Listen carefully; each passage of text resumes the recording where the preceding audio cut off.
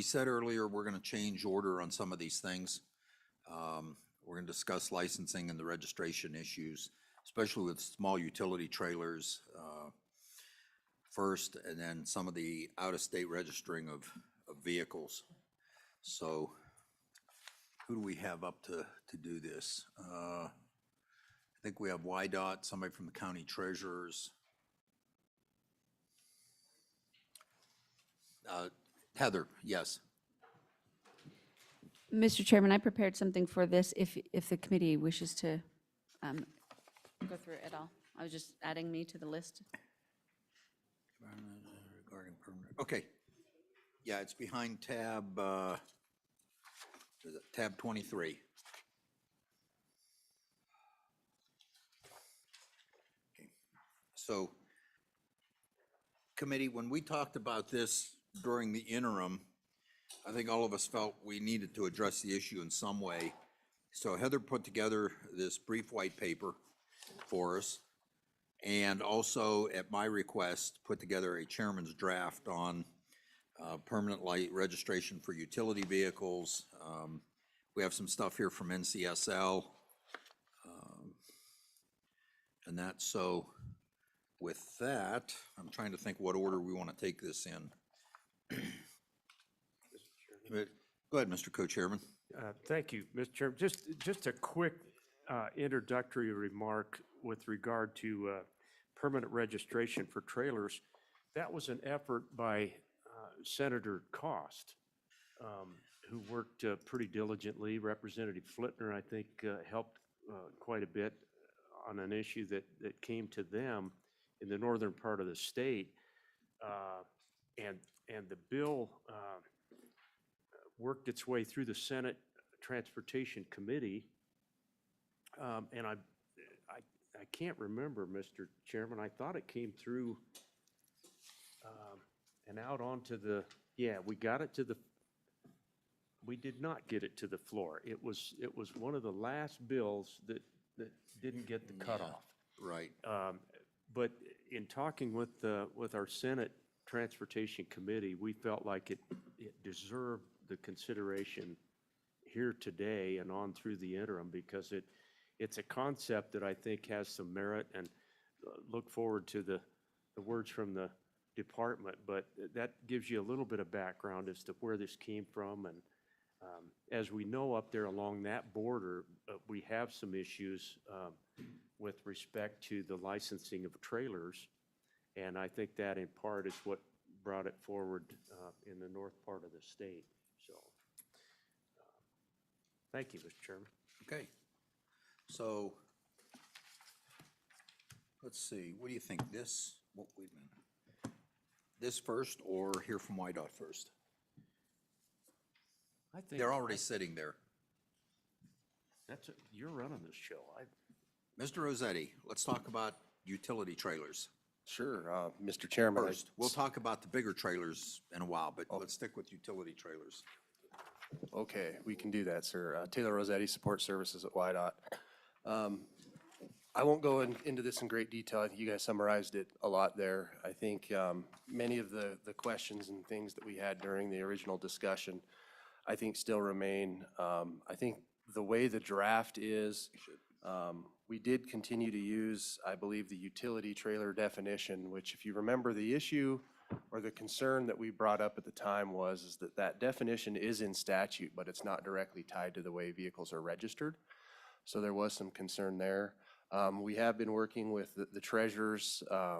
There certainly are some of these vehicles that get down in age and are small enough that really the registration fees that are collected, possibly going down this route does make some sense to, I think, both us as the state, and I won't speak for the treasurers. I'll let Joel speak for himself here, but I think we're open to this discussion here. I think I'd just leave it at that, and I think between the two of us, hopefully we can field whatever questions will help this move along to your guys' liking. Okay, thank you. So I think with that, we all understand the issue with these smaller trailers. So with that, Heather, do you want to go through your white paper for us?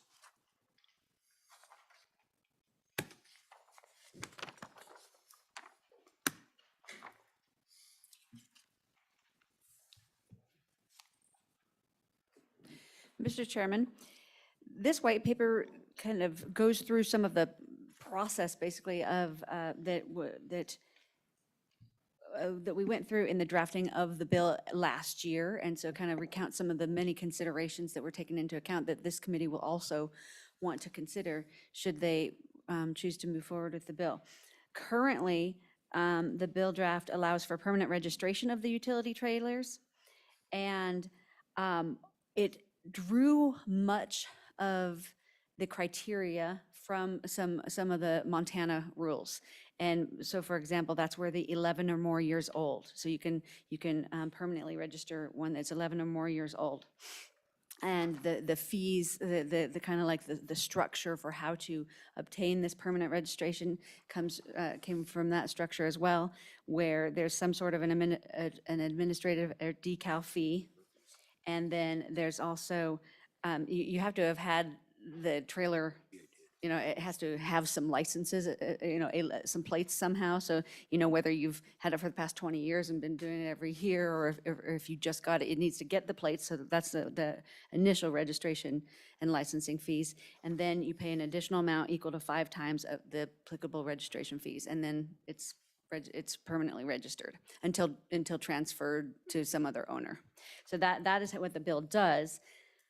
And in this particular bill, this is for utility trailers, and the utility trailers are, based on Wyoming statutes, are any trailer that is less than 6,000 pounds in gross vehicle weight. So that's what the bill draft as drafted applies to. Now, some of the criteria that you may consider is if the committee wants different vehicles, and that's what some of this white paper goes into, then the consideration would need to be, well, is it the same criteria? Do we want to use Wyoming's structure and definitions for the different types of vehicles? For example, Wyoming has house trailers or motorhomes. If they would want to be, those are already defined, and there's already a system for addressing those vehicles. Now, if you wanted to carve out something, for example, there were some discussions, previous discussions of, well, maybe we would want to include agricultural trailers. Well, in that case, do you mean all? Because, for example, if we refer to agricultural trailers like the type that currently under Wyoming law can obtain a farm sticker, that would loop in everything from the small horse trailer, carries a couple horses, to a big semi that would attach to, or a big trailer that would attach to a semi truck. Currently, that's what it would loop in. Is that what the committee would want? Would be to be able to permanently register all that whole breadth? Or would they want some subset of that, which may mean creating some sort of a different category? Or maybe not. I mean, that's ultimately, in the discussions previously, it just made more sense not to have a separate agricultural category. Instead, it was just utility trailers, 6,000 pounds or less. But I'm describing several of the considerations. Another consideration the committee would want to look at is the impact as far as the different, if you do include additional vehicles, well, what would the impact be as far as for the both state and county fees, because those are according to weight. So it's not like just an easy thing. If the committee right this moment were to say, let's plug these, and these other vehicles in there, it may be a recommendation to kind of look at what some of the different impacts, because different vehicles have different fees associated with them. So that's kind of the synopsis of the white paper and the bill draft itself. And then additionally, the white paper refers to the NCSL information, which looks at, just to give some perspective of different ways that trailers are licensed and registered in several other states. All right. Any questions for Heather? Representative Stiver. Thank you, Mr. Chairman. On the title, now I have a little utility trailer that I bought. I have a Colorado title, but when I went to title it in Wyoming, they said, no, you don't need to title it. And I got a plate for it. So Are we gonna have to start titling all these now, or? Mr. Chairman, Please. the way that the bill is drafted is, it does not impose some additional title requirement. It describes, let me get there, because I was kind of going from the broad perspective, but if the applicable, one of the fees, to obtain your permanent registration would include the applicable title registration and license fees under Title 31, Chapter 2, Articles 1 and 2. And so it's leaving that structure that's already there, and if the structure already describes that and I'm sure Taylor will correct me if I'm saying wrong, but if that structure already describes that a title is not needed, then this doesn't impose some new title requirement. That's why it's, in fact, on page 2, that's why it's worded that same way of whatever applies to your particular trailer that you are permanently registering would then apply. Good. Okay, thank you. Heather, correct me if I'm wrong. My recollection is a number of years ago, we changed the requirement. You can license a vehicle in Wyoming, but you do not have to have it titled in Wyoming. Am I correct? I'm going back quite a few years. Mr. Chairman, I do not know the answer to that. Okay. Perhaps Mr. Rossetti does. Mr. Rossetti? Mr. Chairman, that's correct. Okay, that's what I thought. And that, okay, thank you. So, okay, any other questions for staff on that? Okay, so I think this one is fairly straightforward. We're looking only at these small utility trailers under 6,000 pounds, which actually is a fairly good-sized trailer. I mean, you can haul a small car with it. Yes, Heather? Mr. Chairman, that is correct, and I perhaps gave the wrong impression. The bill draft would be, should the committee wish to move forward at the moment, then with utility trailers as is, then it would be, as the committee has treated the other bills, could move forward with it. The considerations I was describing were simply if you wanted to change, add or change the vehicles that are allowed to be permanently registered.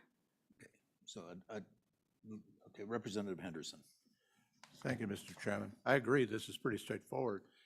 I just want to confirm my understanding, please, Mr. Chairman, that if the trailer is 1,000 pounds or less to load and whatnot, it's not required to be licensed. Is that correct? Mr. Rossetti? Mr. Chairman, those are called, they're basically licensed as a small trailer, and they are required to be registered under 1,000 pounds.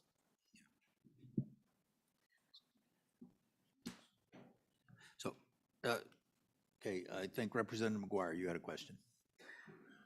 Thank you, Mr. Chairman.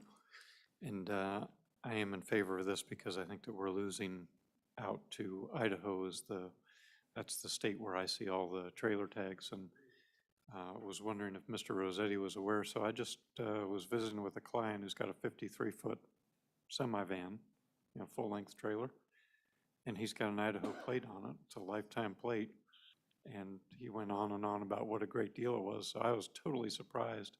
I thought that the Idaho deal was just for smaller utility trailers. I'm just wondering if you were aware that they're doing that now. Thank you.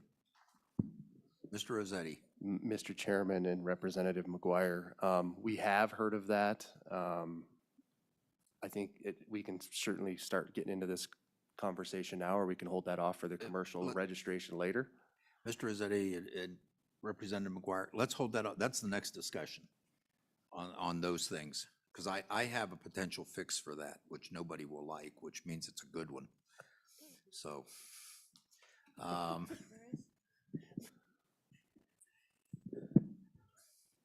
so any other questions on this? So committee, is this something, let's just take this in order. Senator McCune. Thank you, Mr. Chairman. I just got a question. Why do we pick 11 years? Why not 9 or 14? Heather? Mr. Chairman, Senator McEwen, the 11 was chosen because we were modeling this after well, looking at surrounding states, but ultimately there was a nice structure in Montana and theirs was 11. And that's what the previous sponsor seemed like, well, you know, that seems reasonable. But that's where it came from, was Montana. So, follow up, Senator. As I read, it says we're paying up to 5 times the normal fee once you do the permanent plate. Am I reading that wrong? No, I had- Mr. Chairman? Ms. Jarvis, I apologize for the familiarity. Okay. Senator McEwen, no, you're not incorrect. You are in fact correct. So there's if you go for your permanent licensing for your trailer, you will have, according to this, I'm not dictating it, I'm saying what the bill says and that you can change it. But the bill says that there's an administrative decal fee that would indicate the permanent licensing. You would need to do sort of your initial registration. So maybe you already did that initial registration last year so that you have your plate and whatever. It may be, this middle one is a little bit fuzzy because it may be that when you go to permanently license it, you also decide, you know what, since these are my permanent plates, I want these fancy, one of the specialty plates or whatever. So you would then need to, so that there would be that portion of registration to register it according to whatever plate you want it to be on. And then the additional amount that constitutes, that seals the permanent registration, if you will, would be an amount that is equal to 5 times what your registration fees are. So essentially, you're paying for basically 5 or 6 years of registration for permanent registration, which is great if you own it for longer, right? But I mean, if you're only going to own it for 1 more year, probably you don't want permanent registration, just based on the way that the structure is. Follow up, Senator? Okay, you're good, okay. So for the committee, when I asked staff to draft this, we talked about just using another state as an example. We can change numbers, as you know, however we wish. We can make it 50 years, we can make it 10 years. Whatever, it is a working draft is all it is, and that to discuss. So first off, is this something the committee would like to pursue, at least for these small trailers, 6,000 pounds or under, to be able to permanently license them? Representative Stiver. I'm really not interested in this. I mean, I just did my little 4-wheeler tilt trailer. I paid $12 for my registration. I don't think this is where we need to be going. Okay. Committee? Mr. Co-Chairman.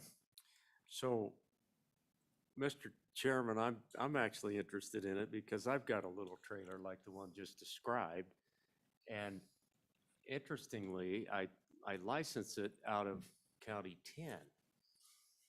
And since it's a homemade trailer, they only charge $5 a year. And I was thinking the other day, by the time all of the postage is taken care of and the administrative work that it takes to send that to me, it feels like to me the treasurer over there in Fremont County is going in the hole. So it really doesn't, it just doesn't make a lot of sense to me fiscally that we keep registering some of these trailers year after year after year. For me to pay an extra $50, $75 and have it done for the rest of my life, I'm interested. Representative Stiver? Interesting, my trailer is in Albany County. Okay. Representative Burt? Thank you, Mr. Chairman. I'm interested in it just because of the mere fact that I think it eases a lot of, maybe not the unknown, because we could figure out what the knowns are, but I mean, if it makes it easier for me as a owner of a trailer to get it done once and I'm good, and I forget, oh, registration's due this month, right? I mean, if it's done, it's over with. Just for the simple easement of it all, I mean, just how much workload do we get off on, do we pull away from the clerks and stuff like that? The numbers, I'd like to look at the numbers and stuff like that, which you said we could work, but I think it's something we do need to do. All right. It's our committee. Just for disclosure, as we're talking about personal trailers, mine's almost 30 years old. I realized that the other day. I'm not licensing it permanently. Who knows how much longer it'll last? I'm surprised it got this far. So I guess that I'm getting a sense, yeah, I'm getting a sense that the committee would like to consider this. Okay, all right. So Heather, why don't you, am I missing something, Mr. Rossetti? Mr. Chairman, I would never try to insert myself here, but I do believe that as when we met with the treasurers, they generally seem to have some ideas about making this maybe even easier to integrate into our laws as they are. Okay, And again, I think one of the main issues that we have here is choosing that 6,000 pound gross limit, which doesn't really align with our registration statutes. And I think they can probably speak to some ideas about making this more integrated into our existing statutes. And as Representative Burt mentioned, part of that consideration is absolutely the burden of sending out the information to collect the $5 or $12 fee. okay. So we do have the treasurers on our list to speak to this. If you'd like to, please identify yourself for the record and Thank you, Mr. Chairman. give us your thoughts. My name is Joel Shelm, the treasurer in Converse County. I'm here today representing the Wyoming County Treasurers Association. And we- Joel, Yes. just for my notes, how do you spell your last name, please? SCHELL. So we issue, tens of thousands, hundreds of thousands of these plates every year, so the treasurers met. And we think this is a great opportunity. There's not very often that we find an opportunity to make a change that will save both our constituents time and money and the government time and money. And I think that's where we are here. As Mr. Chairman stated, these license plates, especially the small, what we consider lightweight trailer plates, are a $5 state fee and a $5 county fee minimum. So we get $10, and by the time we do all the work, we're not sure anybody's making any money. So we would love to incentivize the way that we do these into a permanent plate, but we do have some recommendations as to how we could make that happen with a minimum of frustration for the people that we serve as well as our offices. And So, one, I'm Mr. sorry. Shell, please continue because we'd like to hear the recommendations because the county treasurers are the ones who ultimately will administer. Yes, absolutely. Absolutely. So one of the first recommendation we have is to move away from the gross vehicle weight criteria and go to an unladen weight. So of all the thousands of trailers we have in our database, we don't have gross vehicle weights on any of them. It's just not something we track. So even if a person comes in, of course, the gross vehicle weight is the unladen weight of the vehicle plus the maximum declared weight of its safe load. So when somebody comes in with one of these older trailers, it's pretty easy to get them to, an idea of what the trailer weighs. How much does that weigh? I don't know. I can carry it around. It's $300 or $400 or 300 or 400 pounds. But if I were to say to them, what is the gross vehicle weight? On the newer ones, there may be a tag on it that has the GVW, but for most of those older ones, most constituents, they're not gonna have any idea what the gross vehicle weight is. And so that's not something we currently track or have in our systems. So we have no way right now of identifying how many of those trailers would be under 6,000 GVW and which ones they would be. Where if we switch to what we do have, which is just the unladen weight of the trailers, then we have those in our database. We'd be able to identify the constituents that have trailers that would be eligible under this criteria, send them notifications and make them aware that this is something that they can avail themselves to. The first bracket that we have, so the other sort of consideration we have is what do we put on these trailers and what do we issue to them? Is there's another place in the statute that talks about the size of a trailer plate for trailers under 1,000 pounds, and that's our first bracket. So you'll see those if you have a trailer under 1,000 pounds, you have a little plate on it. Once you get over 1,000 pounds, you get the big plate. So for simplicity, for sure, I think it's low-hanging fruit to target those trailers that are under 1,000 pounds of unladen weight. Those are the ones that are $10. In Converse County, last year, we issued about 1,700 of those. That they generated total fees of about $22,000, and the average fee that a person paid was $13.09. So we're not talking a lot of money, and it would be easier to capture, if you want to capture 5 years as the white paper from the NCSL sort of suggested, or even 10 years of plate fees to make a permanent trailer, that's still pretty reasonable. As to how old we should go, the bill draft recommended 11 years and older. For county treasurers, there's no fiscal reason. Once a vehicle is in its 6th year of service and beyond, it's depreciated down all the way to 15%. So there's really no reason beyond that to make anybody wait beyond that to get one of these permanent plates. So we would recommend that for sure we target the plates between 0 and 1,000 pounds, and we just say any trailer in or beyond its 6th year of service, which is the term the statute uses for trailers that have started at that 60% rate and now come down to where they're fully depreciated. In Converse County, for those that we issued last year, 89% of the trailers we issued were fully depreciated. and they generated about 17,000 of that 20,000 in revenue, and those average fees were about $11.66. So then if we're talking about, we want to get 5 years of registration fees, then we could set that fee at $50.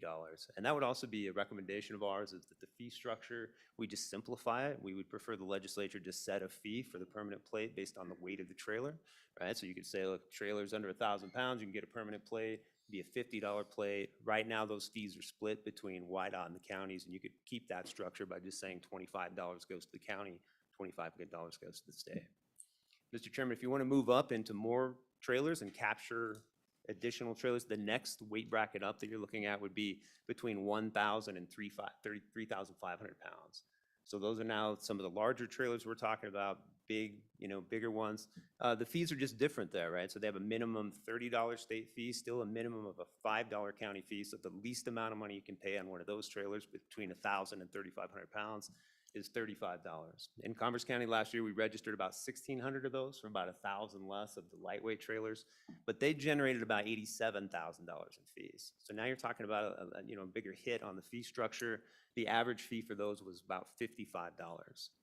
Of those that we issued last year, 83% were in that fully depreciated range, and those generated about $46 in fees. So now if you're looking at setting a fee structure for a permanent plate that would get you 5 years at least, now you're talking about a permanent plate that would cost $230. And now we're getting that area where I'm not sure, people are going to be incentivized to do that any longer. So those are our recommendations as far as the type of criteria we set. We do have some other concerns about the bill that I could address now, Mr. Chairman, or if I want to take questions. Please.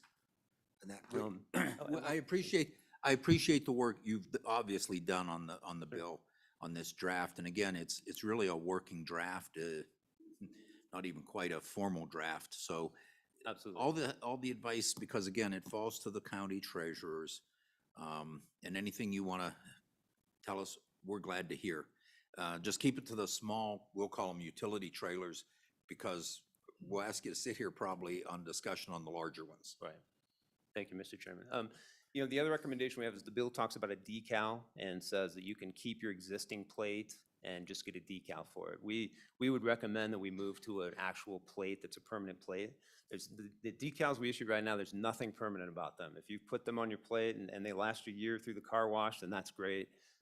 We certainly replace a lot of those each year. So the idea of putting, a decal on a plate and saying that's going to be permanent is just probably not as realistic as having a plate that's designated that way. Think sort of the antique plates that we see on vehicles that are black and white and a special plate. When a law enforcement officer sees those, he knows exactly what he's looking at. He's not looking for a different type of sticker. And that also saves the confusion of when we switch between plate series, the idea that do we switch then these permanent plates, right? Do they have to come in and get a new series permanent plate with a permanent sticker? Or if we have a designated plate that's just permanent, they just keep that on there. They don't have to switch these small trailer plates out every 8 years when we switch the rest of them. Mr. Co-Chairman. Thank you. So, quick question regarding the permanent plate. Is it your thought that you go ahead and assess a fee to purchase the plate along with the $50, for example? Or would the $50 in your mind absorb the cost of a permanent plate? Mr. Shell? Mr. Chairman, Mr. Co-Chair, in our mind, I think the $50 would absorb the cost of the plate. I think YDOT can speak to the cost of, what additional cost there would be to creating another plate, but we're issuing them a plate anyway. And so over the course of the lifetime, we would be, way ahead in materials costs and not issuing them additional plates each 8 years. Mr. Rossetti? Yeah, I think I would agree with Mr. Shell. Over the course of time, I think we would make up for it. And generally speaking, for regular license plates, you're not paying an additional fee for the plate. You're just paying the registration fee and the plate comes with that. I would view this very similarly. So, any other questions? So kind of a related question. Do you anticipate with these plates, I buy a plate and mine says, 6 dash, whatever the number is on my trailer. I can tell you my truck number. I just can't tell you the trailer license number. Of just instead of having a number on it, it might say, 6 county permanent with no official number, or do you plan to put maybe a number with a big P on it for permanent or something? Mr. Chairman, I think that Oftentimes, when it comes to license plates, you guys are pretty prescriptive in how those things are numbered. We certainly would like to steer away from that, but I would actually anticipate that if we go down this road of a special plate, this plate would be unique, and it would just be identified automatically as permanent based on the way it was designed. So then we would still use somewhat of a conventional numbering system, just so that we could differentiate between your trailer and the co-chairman's trailer. So I think there still would be a numbering system on it, but again, it would be a unique plate so that that would be identified as permanent, and that would just be part of the design. Okay, so, and Mr. Rossetti, you'd prefer we not be prescriptive on that design, correct? Mr. Chairman, at risk of getting in trouble, yes, I would like that. Okay. Mr. Rossetti, that's okay. The director keeps moving further to the back, and I've noticed. He was sitting up front, now he's in the second row, and I imagine whatever the topic is, he's gonna move further back. Yes, and I know the treasurer had some more. Mr. Shell, please Thank you, proceed. Mr. Chairman. Just two more issues. One is, around the transfer of the plate. People in the state of Wyoming have an expectation that when they sell a vehicle and purchase something else, that they can move the plate to it. In this case, the difficulty is trying to calculate what sort of credit they would have, because the calculation for that involves, the number of months remaining, right? But when you take something times infinity, then you get an unexpected result. So either, and the treasurers would recommend that we write the transfer of ownership language where they can move the number, right? Because a lot of times once people get attached to the numbers on these plates, I mean, I don't know if you guys know, but people in Wyoming get attached to their plate numbers, right? So they're interested in moving the number, but not necessarily a credit. So the treasurers would recommend that we allow them to move the number. Should they sell the trailer that they have a permanent plate on and purchase another trailer that then at some point qualifies to become permanent, that they allow to move that number, but that we do not allow them a credit for that. So if they do sell a trailer and we're charging $50 for a permanent plate, that when they obtain another trailer that meets the criteria, they'll pay the $50 so that trailer can be designated as permanent. So that's a recommendation. And then the last one we have is the language in there that talked about when they sell it, that first, I think the language was the department would cancel the registration, and then it was amended during the session to the treasurer would cancel the registration. There is no mechanism currently for us to know when things get transferred, so there's no mechanism for us to be able to do that. And there's not really a mechanism for treasurers to cancel registrations. We have a process that involves reversing them, which is, what happens when somebody, mistakenly registers something. But we don't really cancel registrations at our level. So we think the language in the transfer of ownership statute that exists in current statute takes care of that. And then it says already, when you sell a vehicle, the registration is immediately expired and you're required to take the plate off. And then if you obtain another vehicle for which that plate would be appropriate, then you can transfer it at that time. So we think that deals with that issue that you're trying to get to, which is, you can't sell a vehicle with a permanent plate on it and just have it go with the trailer and have somebody else assume that. So we think that language is already in the statute and doesn't need to be further addressed here. Senator McCune. I just want to make sure I heard, we were discussing maybe not putting number on the license plates.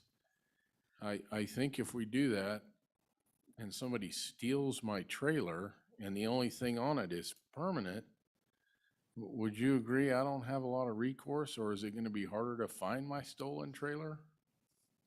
Mr. Rossetti? Mr. Chairman, Senator McEwen, I'm sorry if I left you the impression that I didn't want a number on the plate. My request was not to be prescriptive in how we number that, because the numbering and the way you design those plates is dependent upon the size of the plate. I would absolutely think that the intent of the plate is always to identify the vehicle. So in some way, that number needs to be unique. So we would absolutely design that permanent plate with some sort of identifier so that I would be able to differentiate your plate from Representative McGuire's. Questions? Mr. Chairman, one more thing. In Proceed. answer to Representative Starr's question about the titles, it is true that lightweight trailers that were not previously required to have titles, when we changed the statute to require all small trailers to be titled, those were all grandfathered in, which is why we still have a lot of them out there with no titles. Our recommendation is we keep that existing language so that we do not, if people want to move those to permanent plates, we do not then require them to go get a title as part of that process.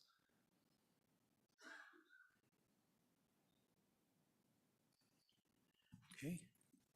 Question? Well, I'm going to look this way first. Oh, okay, everybody wants me to, okay, Representative McGuire. Thank you, Mr. Chairman, and I've parked my trailers where nobody can see them anyway, but my question for Mr. Shell is, are you starting to see, or are other counties starting to see a loss of revenue to these places like Idaho where you can actually buy a trailer plate online and never even go to Idaho? Thank you, Mr. Chairman. Representative, Mr. Shell, go ahead and answer that question, but again, we're going to discuss those heavy trailers next. But Mr. Yeah, Shell, go Mr. ahead. Chairman, Representative McGuire, I don't know. It's difficult to assess the fees you don't get, right, for the people that don't come in. We certainly hear our share of complaints about people who are driving with plates from other states. But as to what their circumstances are, I think that's why the next discussion is so important, so we can get to those to find out what actually is going on there. Representative Burt. Thank you, Mr. Chairman. So my question I have is, if we're looking for the 6-year time frame because of the current statute, and I buy a previously owned homemade trailer, how do we identify the actual year of that trailer if it's not titled being a lightweight trailer? Mr. Shell, I think you can answer that Yeah, question. so Mr. Chairman and Representative Burt, the way we do it now is, what the statute talks about is a year of service. So if a vehicle comes in, so right now, anything in its 6th year, so, 2017 is older, we assume has been in service and would be at a 15%, all the way depreciated down. The only time that's different is if somebody brings in a vehicle that may be older, but they're licensing it from an MSO, right, from a statement of origin where it's never been titled or registered, then we would say that's in its 1st year of service and it would be at a 60%. So the simple answer to your question is based on the year of the trailer, we would already know where it sits in that category of depreciation. So if it's more than 6 years old, starting with 2022 model years, then it would be depreciated all the way down under normal circumstances.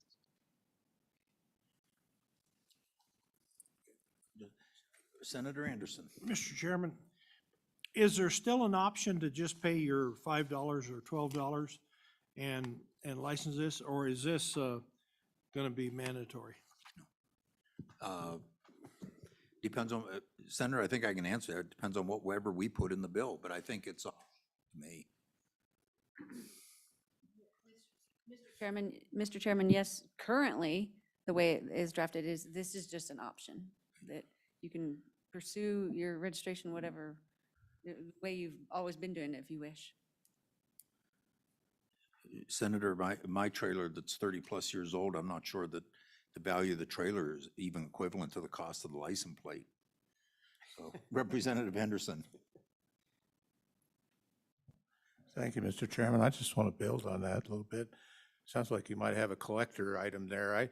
What happens if I, Mr. Chairman, buy the chairman's trailer and then I decide I don't like the color black, I want to paint it some other color, make a couple of changes? What's the impact of that, if any, on the registration? And Mr. Chairman, Mr. Joe?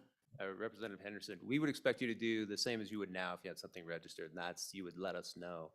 You're right in that it complicates things, and normally we see people annually, right? So every year when you come in, that's a reminder for you then when we say this is a black trailer and you're registering, you say, oh, no, I painted it, you're right, that's red. So those people have to take the responsibility because they're not seeing us annually to make sure and let us know. But those are simple changes. We do those all the time. Somebody calls the office, says it's now red, we change it to red and send them out a new registration. Okay, other questions? Okay, so. Committee, anything else? So, yes, Mr. Shell, you've been actually more than helpful. We ask that you just stay with us for a while. So committee, is this something you think we should pursue based on the information Mr. Shell has given us? Yeah, I think so too. Okay, yeah, all right. Okay, so,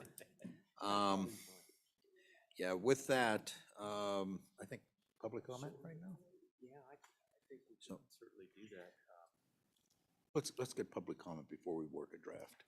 Okay, so with that, just if you move back, I'll ask for public comment in the room. Anyone want to speak on licensing these light trailers, small trailers, whatever you want to call them? Okay, anyone on Zoom? Anyone virtual? Okay, one last chance. Okay, I'll close public testimony. So, committee, go ahead, Mr. Co-Chair. Thank you, Mr. Chairman. we really don't need a motion when No. one of us as a legislator requests a bill draft. And so I think I kind of get the sentiment that the committee's okay with this, but I was checking with Ms. Jarvis to make sure that you took down the bullet points as I did, that were shared from our treasurers, because I think I would certainly ask that all of those be incorporated into a bill draft that you would bring to us in August. Yes. Ms. Jarvis, if you would do that, I'd appreciate it. Thank you, Mr. Chairman. I do have one clarifying question, and that is, how many pounds did you want to go up to? Did you want to go 1,000 or less? Did you want to go up to less than 3,500, less than 4,500, or less than 5,500, I or would- less than I 6,000? would really like to go less than 1,000 pounds, by golly. That's what are you correcting me on? I wasn't going to correct you on anything, Mr. Co-Chair. Go ahead. I like that, I like the 1,000-pound limit, but we can talk about that, when we take up the bill, but unless there's a different sentiment, I'm certain, yeah. Okay, well, I'd speak to the two levels the treasurer mentioned. 0 to 1,000 and 1,000 to 3,500. 3,500 is still a relatively small trailer. But the reason I bring that up is if we want to do it, we need to do that now, because there'll be some division in the bill rather than to try to amend it once we see the draft. Representative Stiver. Yes, Mr. Chairman. No, no. Correct me if I'm wrong with the treasurer. You said light trailers. I think we need to stick with what's in statute of what a light trailer is, what they're designating now. Is that correct, sir? Mr. Shell? Okay, all right, I'll go with that recommendation. We go from the 0 to 1,000 pounds. Representative Obermuller. Yes, thank you, Mr. Chairman. I think if we're going to have these different levels, as far as the fee structure goes, I'd like to see it drafted as a multiple of the fee rather than a fixed dollar amount. In other words, 5 times the depreciated value, or a language like that, rather than a fixed dollar number. Does that make sense? Okay, let me ask Mr. Shell. Mr. Shell, does that complicate your issues to do it as a multiple of the depreciated value over, say, just having a fixed fee? Mr. Chairman, it's more complicated, but it's certainly, our systems would be able to do that. And that's much simpler than the existing bill draft, where it's a combination of a fee and a calculation and 5 times or something else. Mr. Co-Chair. So, thank you, Mr. Chairman. And so, Mr. Shell, I think the hesitancy on the part of the representative is that if we put $50 in the statute, then we've got to revisit it. And we're always hesitant to do that because that's a little bit tougher than if we just say, as costs go up and maybe the fees go up, you can go right with them with a 5 times the amount, for example. So hope that makes sense. Yes, Mr. Shell, because 30 years from now, we'll still be dealing with a $50 fee that Yeah, we can't seem to increase no matter what you say or do. So, okay, Representative Burt. Thank you, Mr. Chairman. I just want to push back just a little bit. I want to agree with where you're at on the two levels, 1,000 and up to 3,500. The initial bill draft that we're looking at, and I get it's workable, I get that, nothing's written in stone, but it's not labeled as a light trailer registration, it's a utility trailer. So, I mean, I haven't read anything what we are adhered to a light trailer. So if we do the utility trailer, it gives us a little bit of flexibility on that. So I just pushed back a little bit and would like to add up to the 3,500, the 2 different categories. All right. Just my 2 cents. Senator McCune. Mr. Chairman, what if we broke this out, private trailer versus commercial trailer? So it could be any private trailer, and it would be 5 times the 15% value of that particular trailer. And I think we just oversimplified everything, and basically every utility trailer that's over 6 years old is eligible for a permanent plate. And if you write it at 5 times the 15% depreciated fact, we don't ever have to revisit it. Okay. Thank you, Mr. Chairman. Mr. Shell, your comments on that? Mr. Chairman, Senator McCollum, my thoughts on that are that, keep in mind the large percentage of these that are in that depreciated factor. So like the numbers I read before, in Commerce County, we're doing, 2,000 or 3,000 of these, but 83 to 89% of them are in that depreciated factor. So if you started, you'd have to run the numbers, but now you're talking more of a significant fiscal impact if you're taking statewide these hundreds of thousands of trailers and turning them into a flat fee or even the 5 times. You're going to have an initial boost of revenue, but then eventually you're going to see a significant revenue drop off. And keep in mind, the state fee goes to the state, the county fee, of course, 70 to 75% of that goes to the schools. So you would have to run those numbers to see what your fiscal impact down the line would be if a lot of people adopted, those permanent plates. Mr. Shell, trailers under 1,000 pounds, do you differentiate between privately owned and commercially owned? Mr. Chairman, I would venture to say, under Wyoming statutes, there are no commercial trailers under 1,000 pounds. Okay. And that's because, they're captured with the combination weight. It has to be over 26,000 pounds in combination with the power unit. It is notable that those plates, right now, they do get a separate plate. There's a separate commercial license plate for them, and they do not pay a state fee when they register them because that fee is captured in the power unit's plate. So they're restricted. They could only be pulled by a commercial power unit, which again then has to be in combination over that 26,000 pounds. So I would venture to say we would have no commercial trailers that have an unladen weight of under 1,000 pounds. Thank you. Representative Mr. Byrd. Chairman, I'm sorry. Go Thank you, ahead. Mr. Chairman. If a company such as U-Haul leases trailers, I've rented a very small trailer to move a motorcycle before. Would that not be considered a commercial trailer being out of a company, or it's not private? Would that Mr. not Shell? constitute a commercial trailer, not as a combination over 26,000 pounds? Mr. Chairman, yeah, Representative Burke, if it's a car dolly, it's exempt from registration. But yeah, if you're looking at a trailer in Wyoming, the definition of a commercial trailer is not so much use as it is weight. So the fact that you're using it a commercial venture in and of itself does not make it commercial.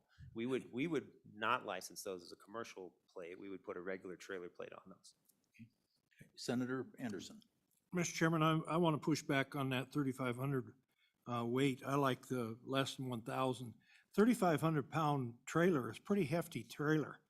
I owned one that was a dump trailer, and it required a 2 7/8 ball. They're big trailers, and my trailer didn't weigh 3,500. It was like 3,300. It's still a big trailer, but under 1,000, those are pretty small trailers. And we're talking about the weight of the trailer, not the GVW, not the gross vehicle weight. So a trailer that weighs 3,500, I could haul 3 yards of material on that. That's a pretty big trailer. So I'm still for the less than 1,000-pound trailer. I'm getting a sense that that's where the committee is right now too. Let's keep this simple, even though I made the comments I did. I can live with the light trailer. Mr. Co-Chair. Just to bring this one home, I think we've got some good instructions on the bill draft. The 1,000 limit, I think, also gives our treasurers an opportunity to let us know how this thing's going.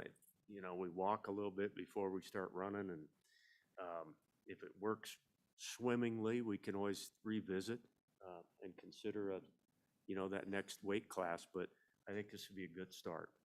Yeah. Okay. So Heather, do you need any more instructions from us? Mr. Chairman, I just need to know, so we have 0 to 1,000 pounds, and I need to know if you wanted to go with that 6-year idea or the 11-year idea or somewhere in between. Let's go with unless somebody feels differently, the 6 years. 6, okay. Okay. And Mr. Shell, you've just become by default, our kind of almost resident expert. So at our August meeting, we would ask if you could participate in that meeting, and considering you don't often probably get to Rock Springs, we can do that, I think, virtually, if that works for you. But you're welcome to attend in person also. Thank you, Mr. Chairman. And that, even though we'll be in Sweetwater County, they're welcome to participate. You've been here from the start, so it falls to you. We're great for assigning responsibilities. Okay, so, all right, with that, we move on to the next major topic, which we've already started, which are the heavier trailers. And some background to this, I've gotten a number of complaints, calls on, Heather, you might as well come up on, and Mr. Shell, would you hang with us for a while on this? Just come back, yeah.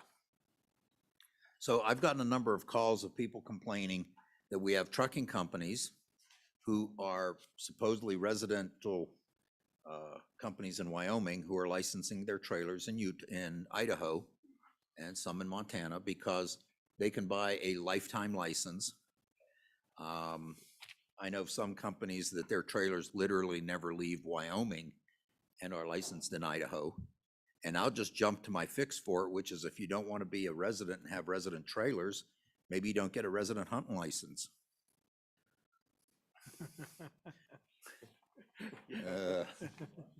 Jeez. A little stretch there, a little stretch. So, yeah, so yeah. consider that as an alternative. Everybody duck. Oh. So, but that's the issue. There are other states that also issue permanent license plates for semi-trailers. Now, this becomes a little more complicated in that normally you're talking about the entire unit, power unit and the trailer. And really a lot of what we do for licensing goes to the power unit.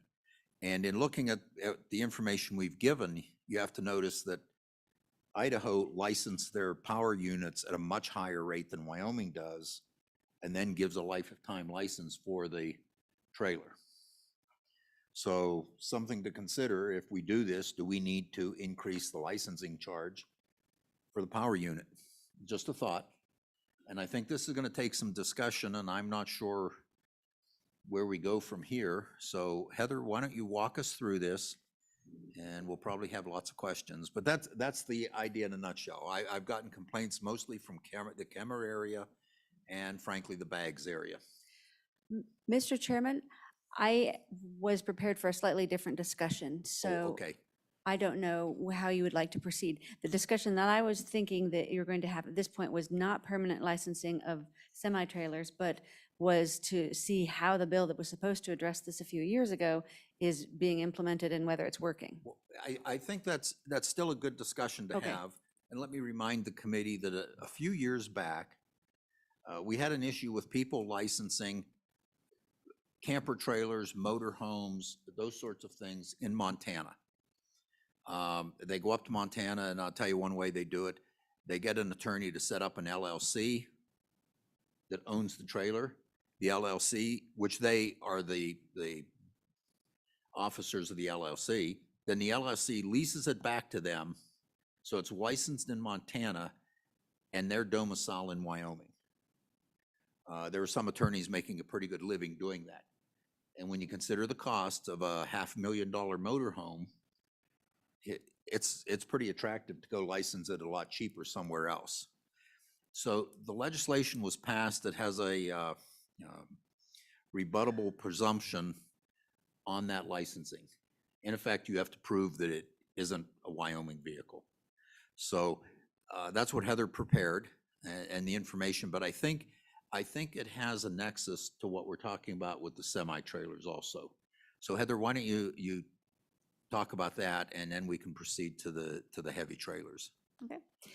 And Mr. Chairman, it would apply even to those. So that's why might be interesting to see with the feedback from the additional presenters, YDOT and treasurers, and I believe perhaps someone from the Department of Revenue even, whether there has been, how this has gone into implementation, because the bill draft did not specify that those weren't included. And so it may be that they've discovered that with trailers. But so during the 2015 and 2016 interim, this committee, they were investigating different legislative solutions for this very instance of vehicles that are registered out of state by Wyoming residents. And so, and some of the testimony at that time it concerned instances of high-value vehicles such as the motorhomes that the chairman mentioned, and that and it was also included testimony about the sales tax. So it's not just the registration, but the sales tax. So what the bill did, the committee sponsored a couple bills at that time, but they failed to pass. So then it ended up being an individual bill by then committee chairman Eklund, which did several things. The act, it creates a rebuttable presumption, which just means that if that it's presumed that if your vehicle is found here, that you are the one who needs to then rebut what is found. That if the YDOT finds that you are in control of a vehicle that's operated on the highway of Wyoming, and there's a definition for what control of a vehicle means. It could be that they constantly see it, parked at your house or what have you. There are several criteria for this. That then that YDOT can make the determination that a resident is the actual owner of a vehicle, and so therefore is subject to the Wyoming registration. And then and to that end, and in your materials, YDOT adopted some rules for how they would do this. And the criteria were in the bill as far as how they require that a person is determined to be the owner. For example, the resident was the purchaser of the vehicle. The resident operated or stored the vehicle in Wyoming for any period of time. The resident is a partner, member, or shareholder of the business entity that purports to be the owner of the vehicle. The resident is insured to drive the vehicle. So that fills in the example that the chairman described of, for example, the LLC that was covered in the subsection C, that the resident is a partner, member, or a shareholder of the business entity that purports to be the owner. So the process is that so it's discovered that one of these vehicles is actually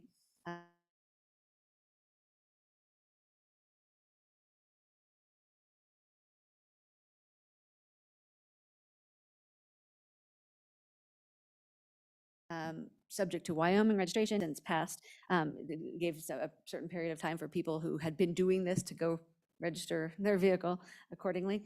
But so then there's a certain amount of time, and then the YDOT then issues. Oh, here there. Then YDOT then issues a citation for them that is for, I was going to tell you the amount,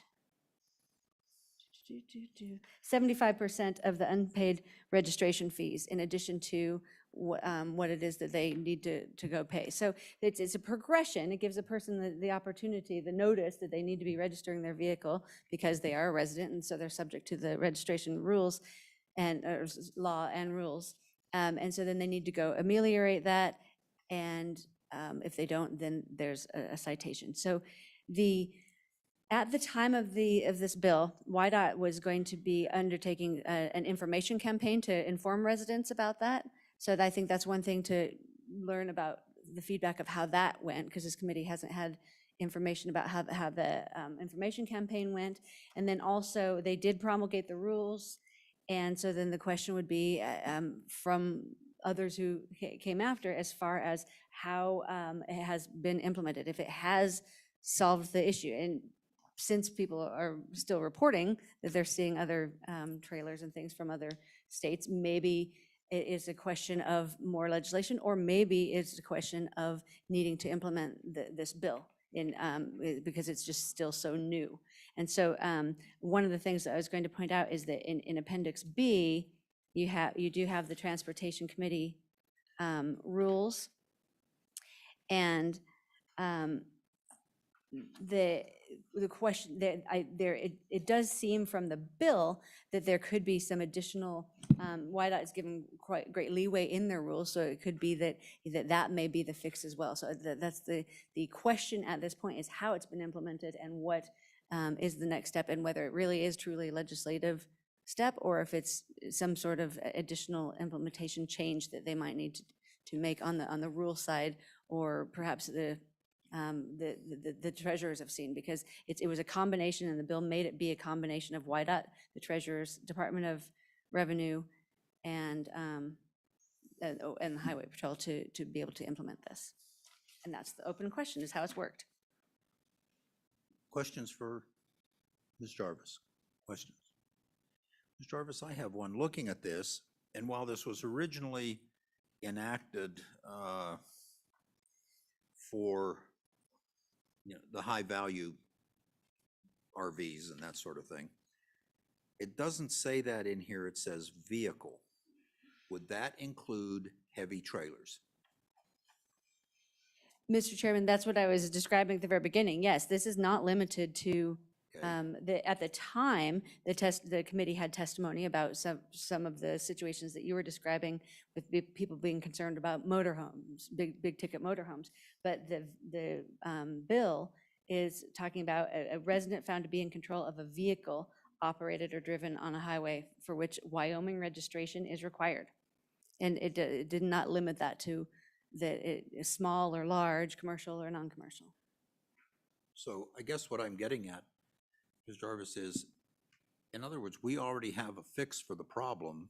It appears that the fix is not being implemented. That may be the case, Mr. Chairman. And we'll hear from the department too on that. So, okay. Any other questions for Ms. Jarvis? So I guess, YDOT, you're up.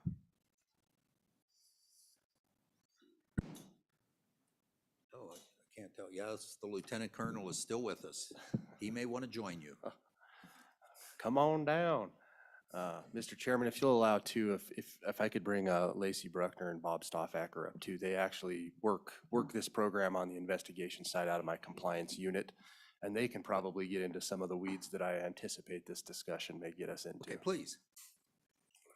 Are they on Zoom or, oh, they're coming up. Okay. No, we got them. Sorry, We got them both up here, sir. All right. I'll provide a quick overview, and then we'll just take it from there wherever the questions may lead. Ms. Jarvis is correct. I think the testimony on this was largely centered around those high item type of vehicles. Our experience with this, however, is most of the cases that have hit our desk are absolutely the opposite of that. Most of the stuff that we have seen have actually been kind of lower value things where people are caught driving these vehicles and clearly live in Wyoming. The majority of these cases have actually come out of two counties, both on the northern part of the state. Really to date, we have 12 that are currently still open that are recent that we're working. We have hearings set on those, on 2 of those. We've got 4 of them that we're waiting on disposition, which means they basically have not responded to us. We've got 5 additional cases that we're getting ready to send notice to those individuals on. And then we have 1 that we're working with the Department of Revenue to remedy on that end. Originally, we had 18 people that just flat didn't respond, which is one of the things we can talk to you about on the back end of this. And then we have 41 cases that are closed. So since this passed, that kind of gives you a summary of where we're at. The majority of those have come out of Park County. They've collected about $27,000 worth of sales tax, and then Bighorn County at about $7,000.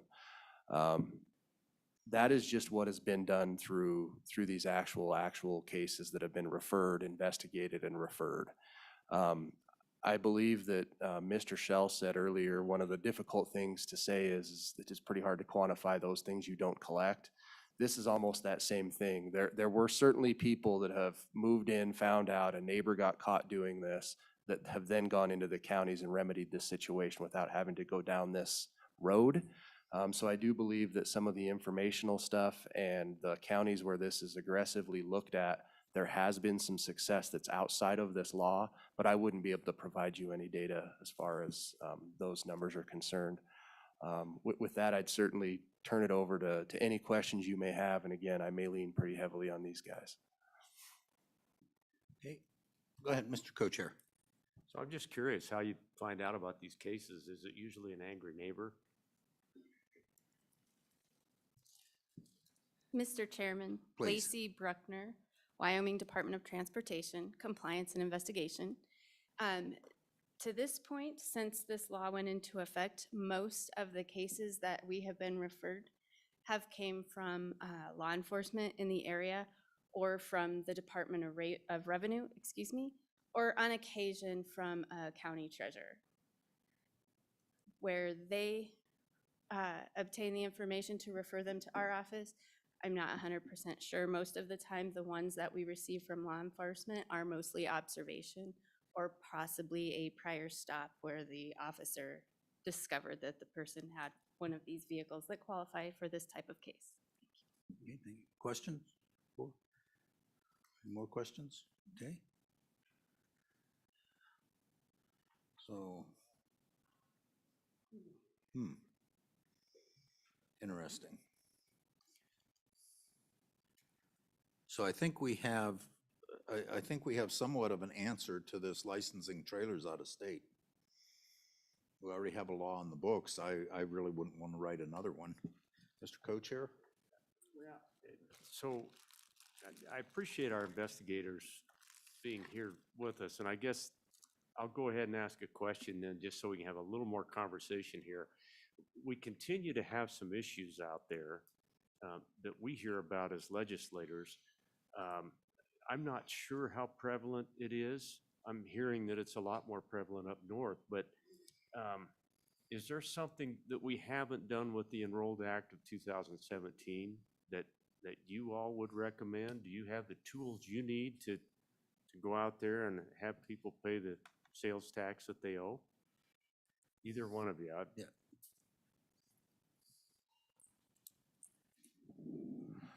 Thank you, Mr. Chairman. Bob Stoffacker with YDOT Compliance and Investigation. It's been our experience so far that there's a lot of moving parts. We have a checklist that when the information comes to us, we open a case.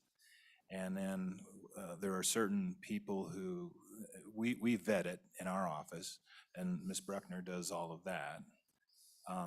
She puts everything into a shared directory, and so the information is there for anybody who is part of the chain that's responsible for processing this. And so there's the sales tax is involved in it, the county registration fees, the state registration fees are involved in it.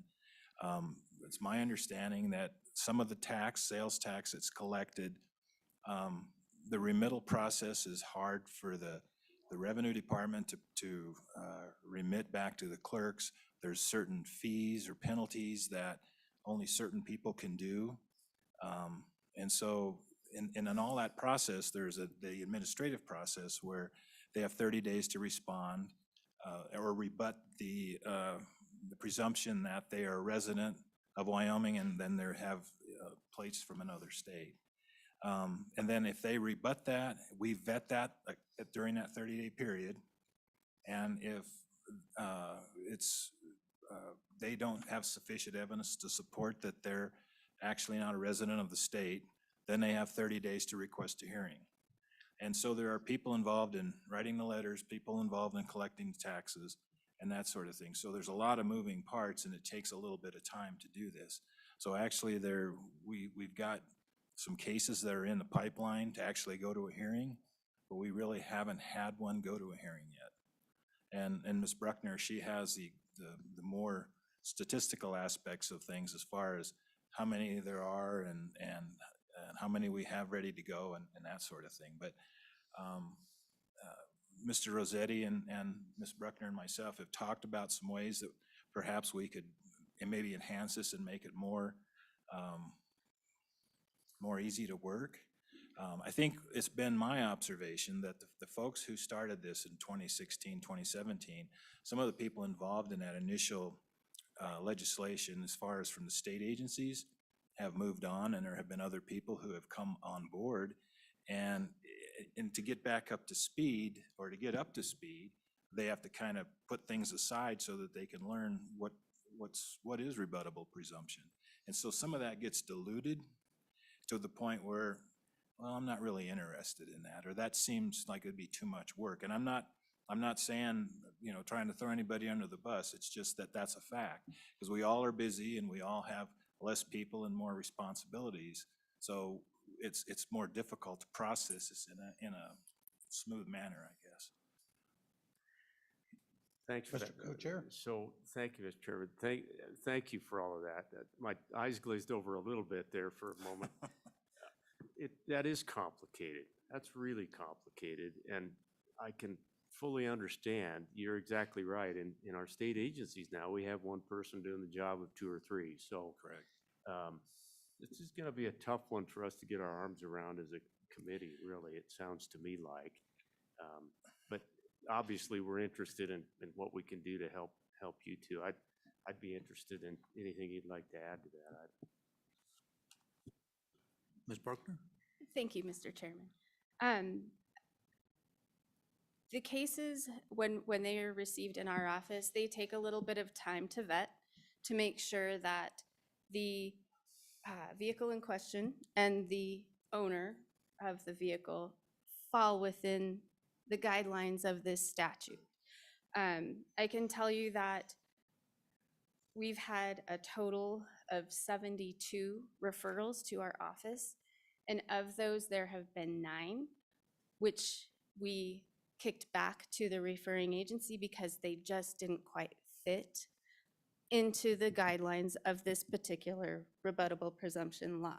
So some of the reasons that we've rejected them have been that the person who owns the vehicle may be using it here in Wyoming to an extent that they would be required to have Wyoming registration, but they're not, the owner is not a resident of Wyoming, in which case that would not fall under this set of statutes, under this rebuttable presumption law. Other situations have happened where we have gotten a case referred to us. By the time we get it, that particular individual has sold that vehicle to someone else, and they, again, no longer qualify for the rebuttable presumption statute because by the time we get it, they no longer own the vehicle.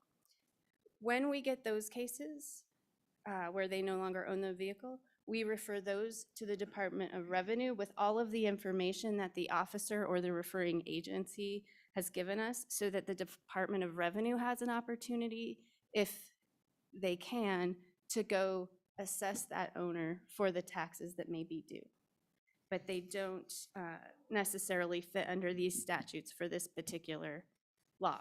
So in some aspects, in my experience since we've started this, is it's a major education factor for the agencies that refer these for law enforcement to know what fits and what doesn't. Our office always welcomes referrals. We do have a checklist, as Mr. Stoffacker mentioned, that we go through collecting all the information that's necessary to identify the owner of the vehicle and all of the pieces that would qualify it for this law.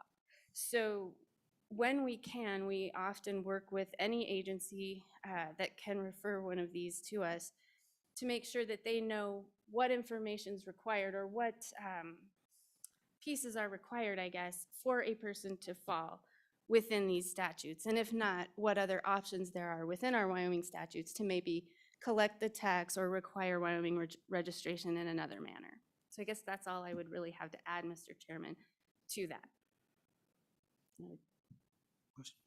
Questions? Okay. So, Ms. Bruckner, I have one. In our discussions just right now, it sounds like it's fairly easy to handle this with a private owner. How about commercial companies where literally they have a fleet of 20 trailers, all of them being registered in Idaho, and they're a Wyoming company, domicile in Wyoming? Mr. Chairman, in that situation with commercial companies and commercial tractor trailers, a lot of those are apportioned. They have apportion plates through the International Registration Plan.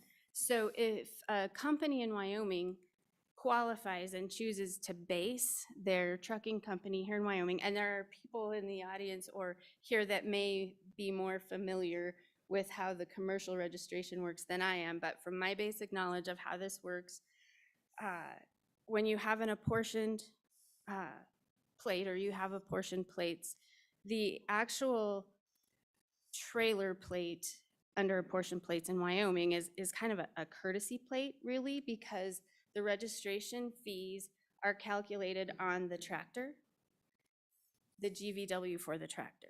So when you have apportioned plates, you base in Wyoming, you have an account with our motor vehicle services section, and you file quarterly, I believe, taxes based on your number of miles in Wyoming, and you report the miles you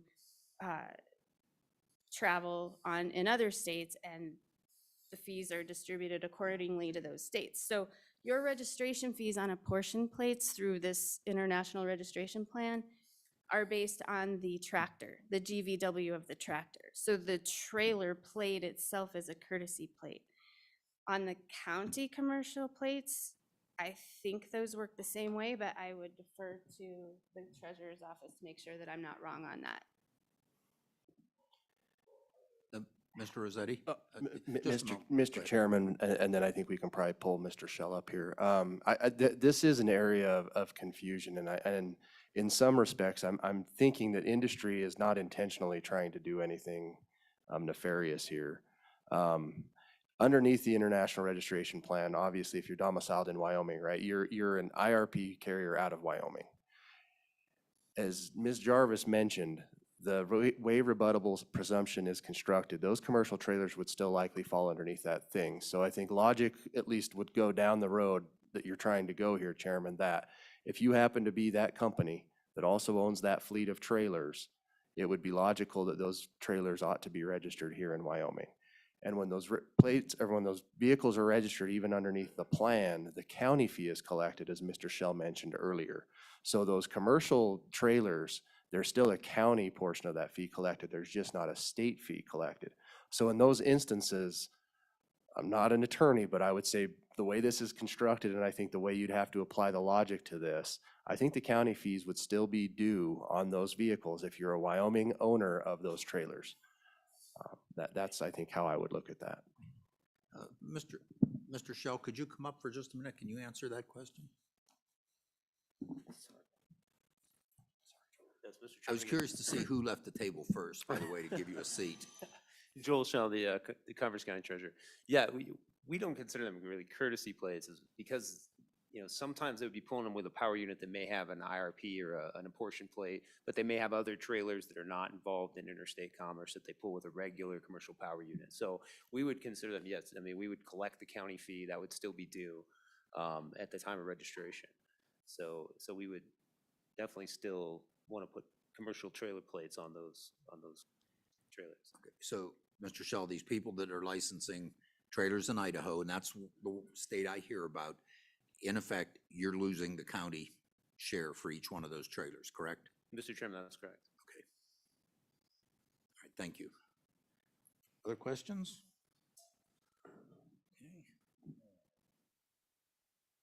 Okay. Yeah, Lieutenant Colonel Walder. Mr. Chairman, Committee, if I may, just a couple points of clarification as mentioned earlier on regarding citations. We and law enforcement don't pull folks over who we suspect potentially are running Montana plates and live in Wyoming and write them a ticket or a citation, only if they admit to it. If they tell us then, yep, it's a mistake, I live here, I've lived here for more than 120 days, and we relay to them that you need to have registration here, then we issue a citation. But if they say they don't, then we start into this whole process. And as convoluted as it seems to you, it is on the enforcement realm as well. In fact, out of the 72, 73 cases, we have one trooper who's probably done 90% of those. So because he's really entrenched in what's going on, he understands the laws surrounding this, but it is very convoluted and it could use some cleaning up from an enforcement perspective as well. There's really 3 statutes we refer to. There's a charging statute, there's a registration requirement statute, and then exemption statute. So just understanding those and who is required to have registrations is something that folks have to dig into to begin with. Verifying that somebody lives here for 120 days is difficult because essentially you've stopped them. They've said, yeah, I'm not a resident or I don't need it and here's why. We don't want to stalk them and follow them around for 120 days. And in the statute, it's somewhat unclear as to what 120 days means. Is it consecutive days? Is it 120 days out of the year? If they're gone for 5 of those 120 days, is it reset? So it's somewhat unclear. So that's difficult to work around as far as the statute goes. The vehicles purchased under the LLC, obviously that's a tough one to work around. If there's a statute maybe that strictly prohibited setting up an LLC just for the purposes of registration, it could help with that. But determining what the reason is for the LLC would be the difficulty there. And lastly, this is to no fault of any departments at all, but this whole process is very convoluted. As Lacey mentioned, from start to end, we could be several months into this and in which time the person sold their vehicle. Or oftentimes what happens is they'll register it in Montana for the sales tax savings, wait till a year goes by and then bring it over to Wyoming and avoid that sales tax. So that's all I have. Thank you. Mr. Co-Chair. Thank you, Mr. Chairman. And then pretty soon, I know we need to move on, but so Lieutenant Colonel, you're our boots on the ground, and I guess I would suggest that we would be willing in August, if you were to come to us, if you and your troopers had a conversation about what in the world can we do about this whole arena to make it easier or better, or have it make more sense, we'd be all about that. We can't do that on the fly today, but we'd sure be willing to listen, and we would still have time to take something up. So I guess I would ask for you to consider that. In fact, I'm looking at the entire table. I think that's kind of what we do, and what we can do is to make things a little bit better. I don't like the idea of somebody skirting their responsibility to pay their taxes in Wyoming. I don't think any of us do, and so there ought to be a way that we could give you better tools to work with or get rid of the tools that aren't working. So, I think that might be yes. the result of all of this. We committee. cannot solve that problem, this problem right here now. If you all would take under advisement the conversation we've had today and know that we get the phone calls, we're just interested in if there's something we can do about it. So, Representative Obermuller. Thank you, Mr. Chairman. I just have a quick question about the enforcement of this with law enforcement. Is this ever dealt with as kind of a primary offense, or are these just pickups based on a secondary use on somebody that's been stopped for speeding or something like that? Yeah. Lieutenant Colonel? Mr. Chairman, Representative Obermuller, to the best of my knowledge, no, it's secondary unless we have reason to believe that maybe it's somebody we stopped before, or they've been told that they need registration before, and it's a primary reason for a stop. But no, it's through other means and running across folks out there. But again, we don't stop them and write them a citation in that initial stop. That's discovered through the investigation of the stop. You're asking them questions as to, you have Montana plates. How long have you lived here? Details about where they reside, those type of things. So typically through another offense is why we stop them. All right. Other question? Representative McGuire. Well, thank you, Mr. Chairman. I think one of the things that we need to do is look at the market and look at what the price is and the convenience. I mean, if you pull your trailer twice a year and you can get a lifetime tag for a lot less money in Idaho, unless we look at what the market will bear or look at, competition, we're always going to be fighting the same fight. So I think that we ought to, part of our examination, if this is going to move forward, is see what it costs. I mean, we have already heard from people on the very committee that they shop anyway, shop here in the state, people are going to shop. So thank you, Mr. Chairman. Other questions? So, thought I heard one. So one last thing for me, Mr. Chairman, sorry. Mr. Rossetti. As we think about this for next, at the August meeting, one of the things that is unclear in the statute that I think we can probably work on too is just the very nature of how we would collect the penalty. There's a penalty provided if you ignore us, but there's not really a mechanism for us to collect that, if that makes sense. We can't put a lien on you. We can't do anything like that. So you've got this process that is complicated. We get through that. Even if a hearing examiner says you owe us the money, that's basically what we have, is a piece of paper that says you owe us the money. So that would be something that I think we should probably explore here in August, if you'd allow us as well. Mr. Rossetti needs a set of handcuffs.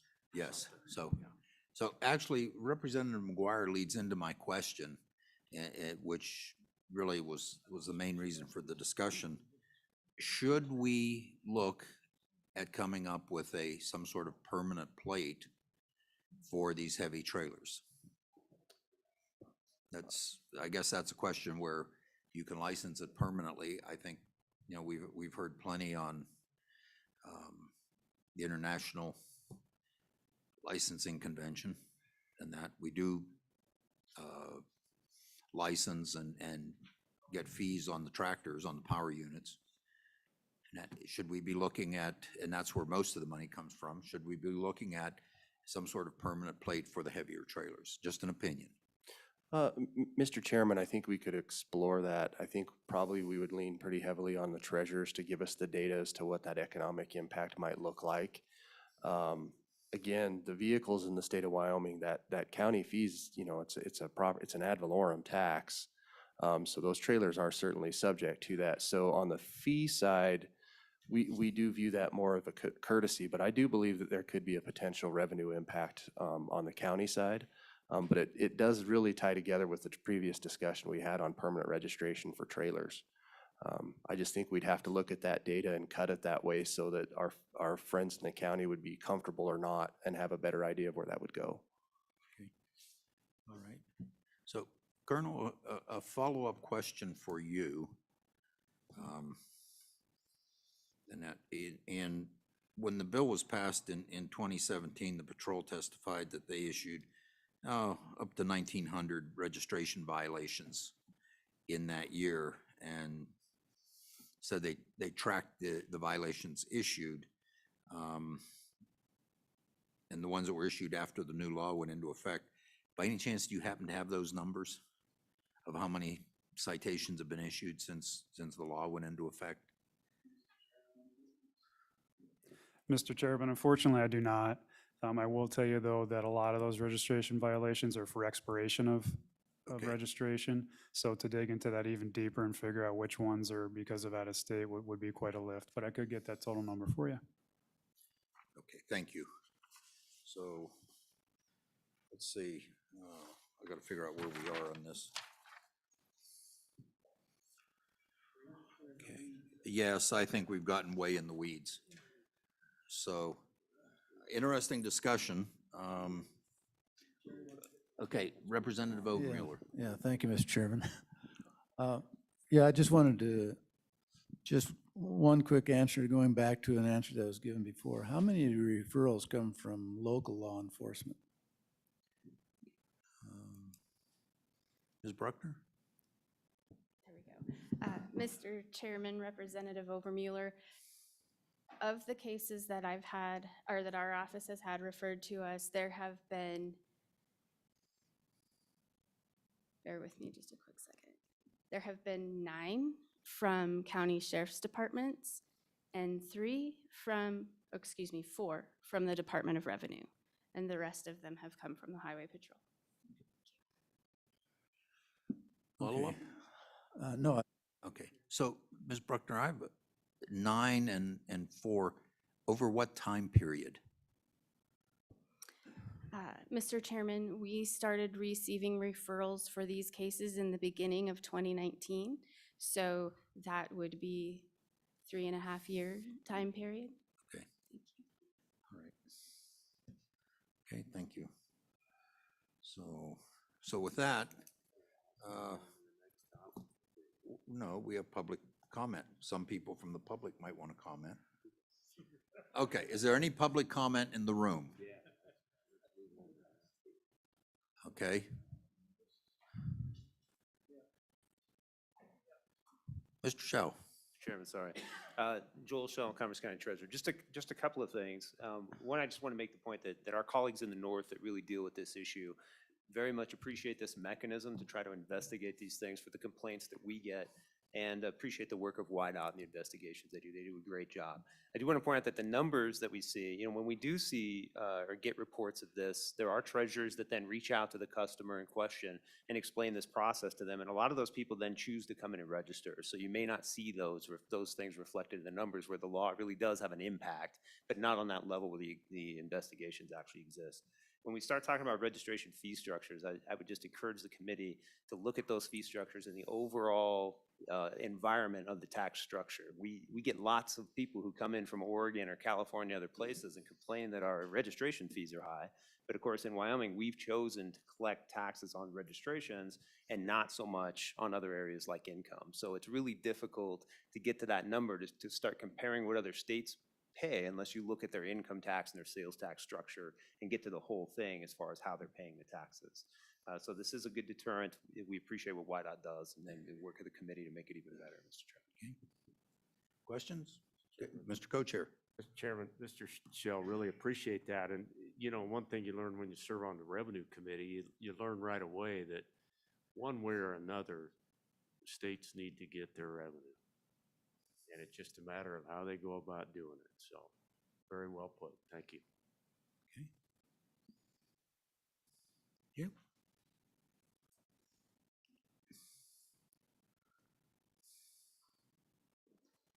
Mr. Chairman, members of the committee, Sheila Furch with the Wyoming Trucking Association.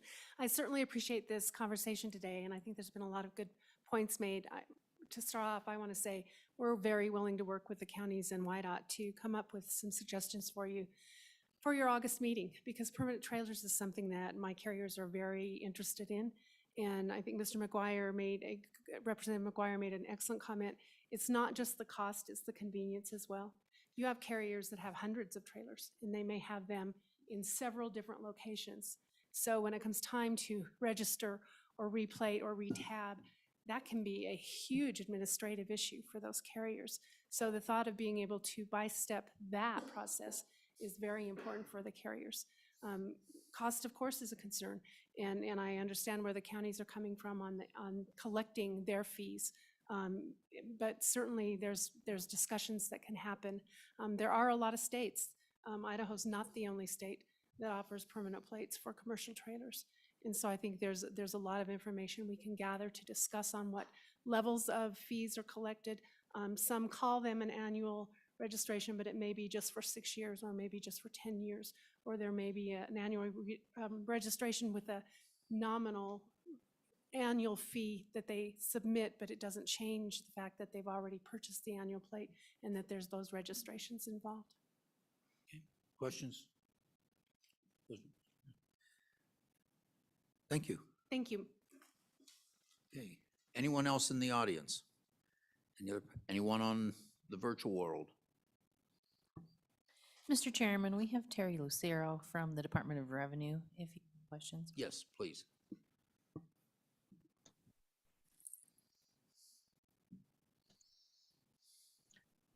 Good afternoon, committee, chairman, and the rest of your committee. I'm Terry Lucero, Excise Tax Division Administrator. I don't really have a whole lot to add to this.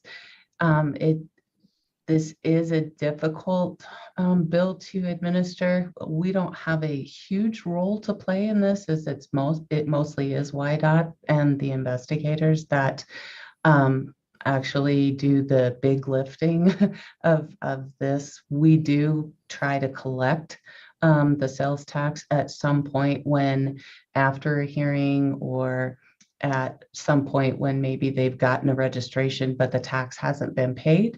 So we will send out billing letters. Our information always tells those owners to go pay the county treasurers, though, because the civil fees and things like that are due to the treasurer and they don't come to the Department of Revenue.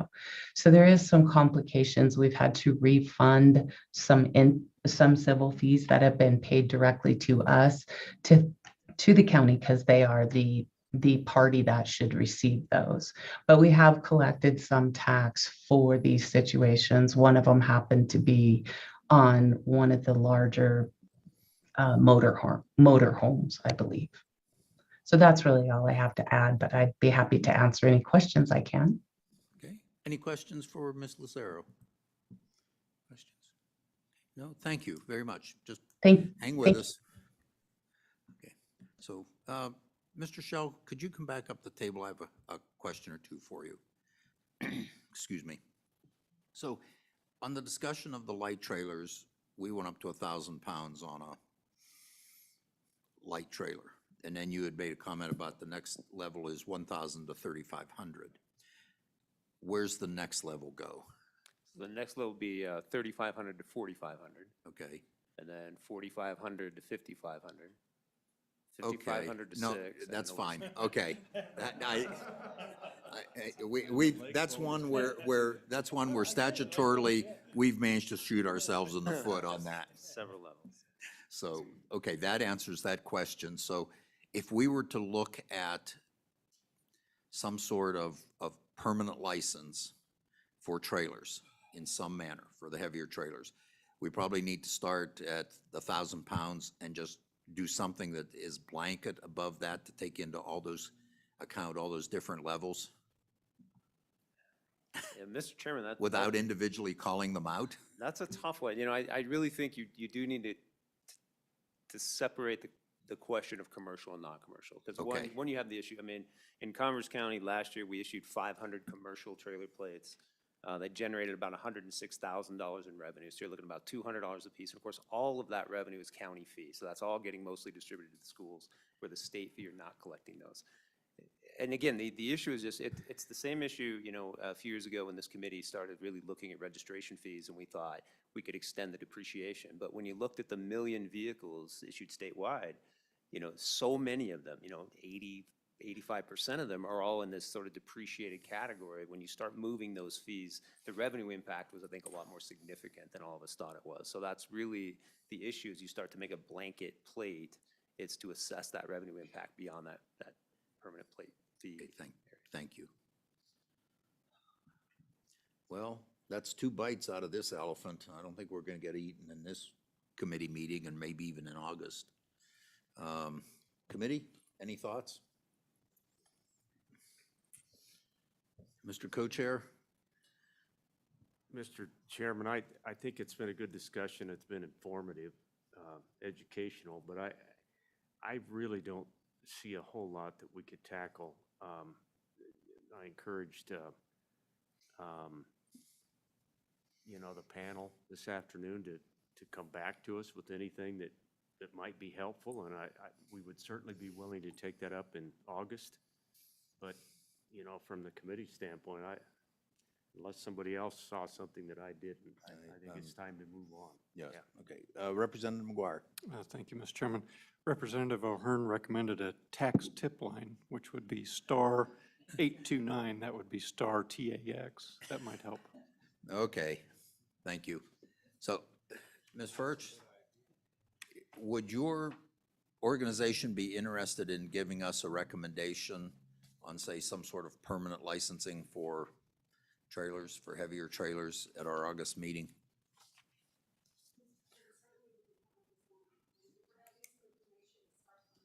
Okay, thank you. If you would do that, please. And I think at that point, well, okay, we've had, I think, all the public comment. Any more public comment from anyone? With that, I'll close public comment. Senator Anderson didn't want any more. Okay, with that, we'll move on to statutory updates. Thank you. Mr. Shell, thank you very much, especially for all of your help.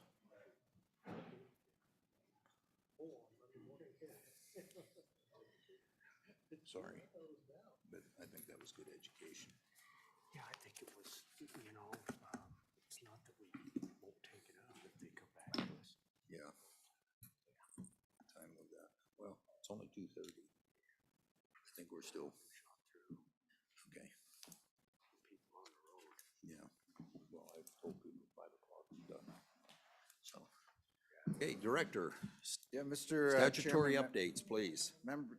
Members of the committee, just, I think what we have here lined up. Representative O'Hearn, do you have a question?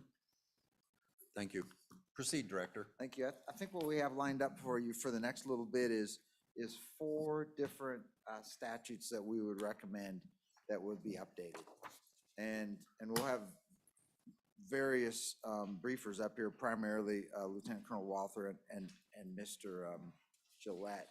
But if I could maybe kick off on the very first one, and then I'll turn it over to Lieutenant Colonel Walther. But you know that one of my focuses as a director is certainly always taking care of employees. And I think there's lots of ways we take care of them. One of them, obviously, compensation, but there's lots of other things that impact why people stay or why people might leave. And one of the things we've done just to make sure that we're sort of in touch with our employees is we stood up what we're calling employee advisory teams. And I meet with these teams regularly. 3 teams, about 10 people per team, and really good dialogue. And this first issue that you're going to hear about is a direct idea that came from one of the troopers in one of those teams. And it's bubbled up. And so here we are today about to kick it over to Lieutenant Colonel Walther to talk about, but it really has to do with the benefits of spouses, the benefits for spouses, you know, if you're a trooper killed in the line of duty. And so again, with that, I think I'm just going to kick it over to Lieutenant Colonel Walther and let him walk us through the issue there. But it's really become, you know, one of those examples of, hey, what can we do better for our members and our employees across the state? Colonel Walther? Thank you, Mr. Chairman. Yeah, to the director's point, obviously compensation is huge, but another part of the reason we're losing some folks is because of those benefits. So we're trying to address everything we can to at least make it fair.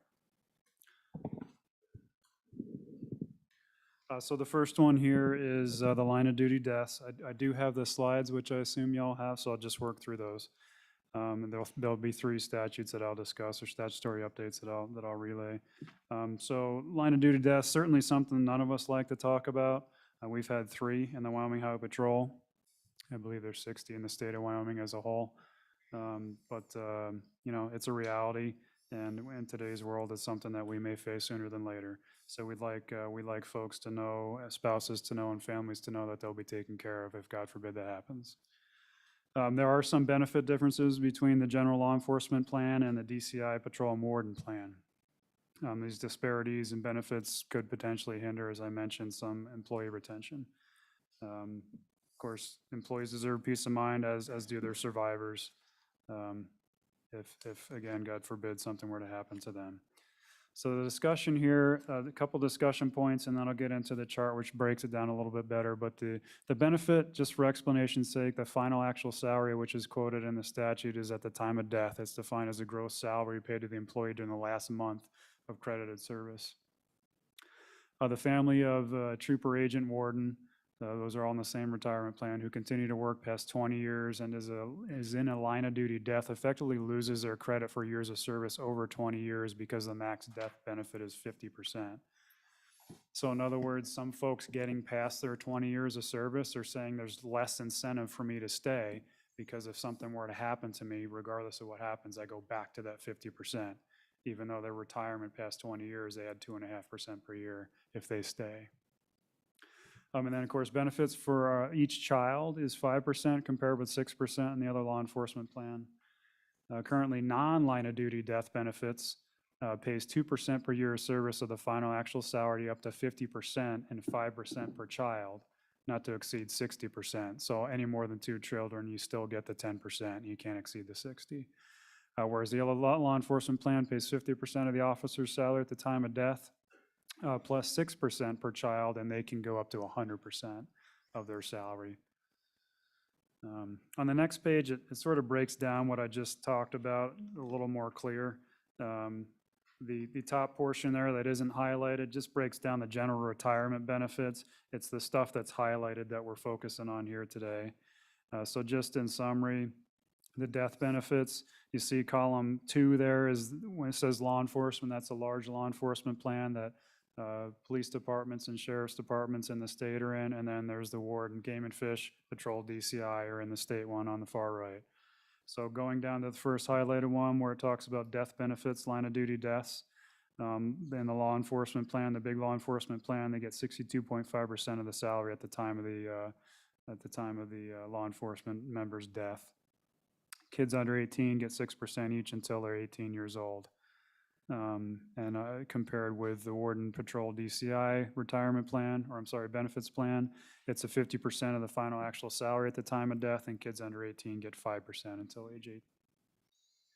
For non-line of duty death benefits, it's 50% of the salary, 6% per kid, as I mentioned, up to 100% of their salary for the law enforcement plan. And Warden Patrol DCI is at 2% per year, up to 50%. And kids get 5%. And again, they can't exceed the 60%. The third one there, it's a benefit. It doesn't really drive with the line of duty death benefits, but we left this in here just to plant a seed, I suppose. Because this is one big difference between the big law enforcement plan and then the Warden Patrol and DCI plan, is once we retire, we can't return to work. Unless we pull our money out of retirement and basically re-engage in the retirement benefits plan. So just like you never left. But there's no option like there is in the law enforcement plan to where you retire for a couple years, change your mind, you want to go back, or in a case like ours where we have 41 vacancies, it would be nice to bring back some retirees, but they don't want to come back and lose that benefit.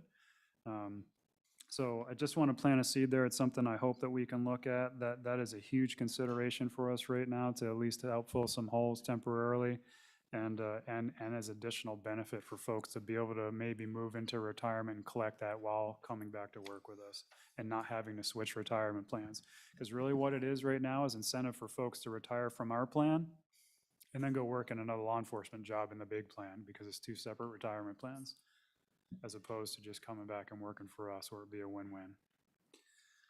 Colonel, quick question for you. Do you know why there are two different plans for Warden, Patrol, DCI, and other law enforcement? I don't know the whole history behind it, and the research that I did for this, my understanding was, it was basically a state benefit plan and then a local law enforcement benefit plan. I'm sure there's a lot more to it that perhaps someone here can divulge, but I'm not educated enough on the whole history of it to be able to tell you why there's two separate. Okay, another question. And that, are you familiar with the line of duty death benefit in the volunteer fire plan? Have you reviewed that? No, Mr. Chairman, I have not. I know you have recommendations. I think we ought to review that one also. I thought that was frankly, a fairly lucrative line of duty death benefit. So, Senator Anderson. Mr. Chairman, I am glad to see that we don't permit those LODDs to come back to work. Not permitted. Mr. Chairman. Mr. Co-Chair, I just got very confused, but go ahead. I think the senator had his tongue in his cheek, but I had a similar question to follow up on the senator. Do you know in the statute when that was established, that 50-year retirement age? Mr. Chairman, I don't know what year that was set up. I could certainly find that out. And then, Mr. Chairman, the follow-up question would be, is that still a reasonable and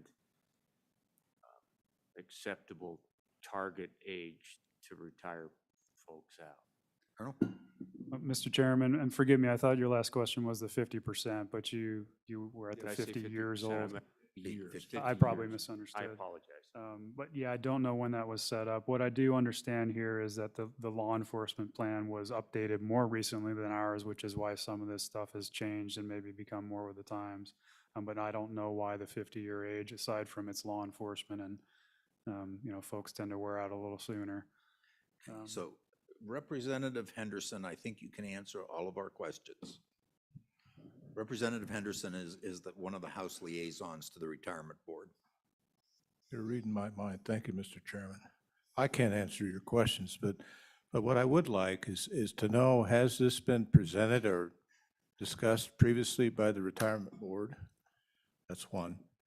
And then, just to put some context on it, what would the approximate dollar amount be, just as an illustration, you know, if it was a line of duty death? And then finally, and this is based on a concern expressed by one of my constituents, is that he was working at the Capitol and disabled, and his disability is next to nothing. That seems remarkable. How do you get in that situation? So, summarizing, it's a risky job, and we don't know when we go out in the morning how we're going to come back in the evening, and our loved ones hope that we come back all in one piece, obviously. So could you help me with that? Colonel? Yeah. Mr. Chairman, Representative Henderson, regarding the retirement board, I don't know if this has ever been presented. I know it hasn't been presented recently. We did run some requests by them to see what this would cost the retirement plan. And for the things that I've mentioned so far, there's no cost. Actuarially, there appears to be no impact, just because they're line of duty deaths. And in the WHP, we've had 2 plus a canine in our history. So obviously, if we had a line of duty death, there might be an impact, but their projections are no impact with the things we've discussed. Follow up. Well, along those lines, the board's going to meet here in Casper the 18th and 19th of this month. Might be good to get with Mr. Swindell over there, the director, and see what we can do. Seems like an important area to the folks involved.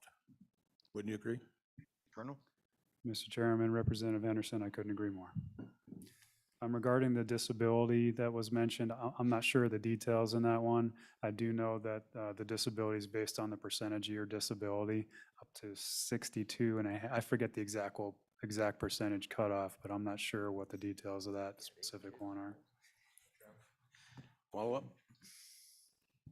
Thank you, Mr. Chairman. Appreciate that. So just finally, who do our people turn to in these circumstances, these unfortunate circumstances? Is there an organized point of contact, an ombudsman or something like that, a counselor? What's set up? Colonel? Mr. Chairman, Representative Henderson, just for clarification, if this were to happen to any of our folks, who can they go to for counseling and whatnot? Yeah, we have basically 4 things set up that we've really revamped and put a lot of energy into here in the last year or so, which we've had before this, but we just really exposed them and made them very readily available to our folks. We have an employee assistance program, which is counseling for every member of the Wyoming Highway Patrol. We also have employee assistant program for WIDOT. I mean, it's all WIDOT wide. WHP has an additional one that's more specific to law enforcement. We have peer support team members.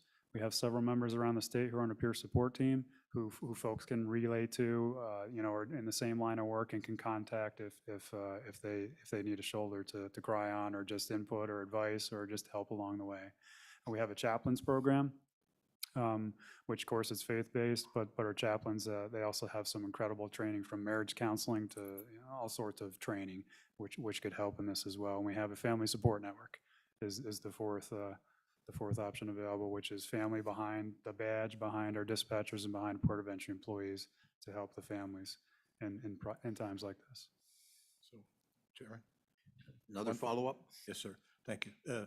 So for my constituent who's concerned about his situation, disabled retirement, who would I refer him to? Colonel? Mr. Chairman, Senator Anderson, if it's for counseling, then I would direct them to the employee assistance program, and we can help them get in touch with that, yes. Director? Mr. Chairman, and maybe a follow-up to Representative Henderson's question is certainly our state HRD and is probably another source that I'd ask them to go to and for follow-up, because they're certainly our personnel experts, and if they don't know the answer, they can probably get into the right spot. Yeah. Okay. So, I'll proceed. Mr. Chairman, thank you. So following this, I won't work through every word of this. I know there's a time constraint here, but we just wanted to put together some sort of recommendation which goes in line with the correction for the issues on the previous page. So we just reworked the statute 93613 to coincide with the recommendations to bring us up to or in line with the big law enforcement plan. The exception I would make is subsection C on page 5. When I mentioned earlier that there would not be an impact to our retirement, subsection C, there would be. What we learned since we put together these slides was that for the large law enforcement plan, they don't have an embedded 50% benefit for other LE to have, let's see here, for retiree members. So a retiree member dies after being on duty, they pass away, and the spouse receives, it was 50%. The big law enforcement plan doesn't have that embedded in their plan. They have to pay an additional amount for that. So for us to move from the 50% to the 66.6 or the 2/3, there would be a charge, or there would be an increase into the retirement plan. It would hit the retirement plan. So after learning that, we're certainly willing to focus on probably the two that matter most, and those are the two line of duty deaths, either non-line of duty or line of duty deaths, as well as the retirees returning to work. Same thing on page 6. I won't work through all these, but again, it's just recommendations. This one's for the statute 93614, and discussing non-duty related death of a retired member, and just some recommendations to get things in line with the big law enforcement plan as we discussed on the chart on the previous page. Okay, questions? Mr. Co-Chair. Thank you, Mr. Chairman. So Colonel, are you comfortable with that eligibility age of 50, or am I missing, are we suggesting a change to that to mirror the other law enforcement plan? It seems to me like the 20 years of service would be attractive, but if you're good with 50 years old, period, what's your thoughts on that? Mr. Co-Chairman, Mr. Chairman, it was the highlighted sections are the ones we wanted to focus on for this presentation. We just wanted to line out what all the benefits are. Certainly, if retirement with 20 years in at any age was on the table, I'm sure our folks would not be against that, but we think age 50 with 20 years on it is more than sufficient. Okay, thanks. Other questions? We're good. Senator Anderson. Mr. Chairman, so you are not making any changes to the retirement, the retirees returning to work? Colonel? Mr. Chairman, Representative or Senator Anderson, we would like to propose that. Certainly, the three that are highlighted on there with the retirees weren't returning to work being one of those, we would love to have retirees come back and still be able to collect their retirement benefit, understanding they would no longer pay into it and extend their years of service in it. But we would love for them to be able to come back to work with us and help us out. Senator, just I've gotten a number of requests from law enforcement agencies on this particular issue of letting retirees go to work for another law enforcement agency. And it's an issue that's been there for a number of years, and we've never reached resolution on it. So just background. Representative O'Hearn. Thank you, Mr. Chairman. I was going to ask you, how many retirees do you think would come back, and do we need to change that age? Are we losing a lot of good troopers at the age of 60 if they can still meet the medical? Colonel? Mr. Chairman, Representative O'Hearn, no, we're not. In fact, a lot of them are retiring younger and younger these days, which is why we'd like to bring them back. Just the nature of the beast, the climate, the law enforcement climate in the nation right now, it's a tough job. And so we have a lot of folks who are checking out early and collecting their retirement, who quite frankly now I've reached out to and would consider coming back with that statute change and are still of age.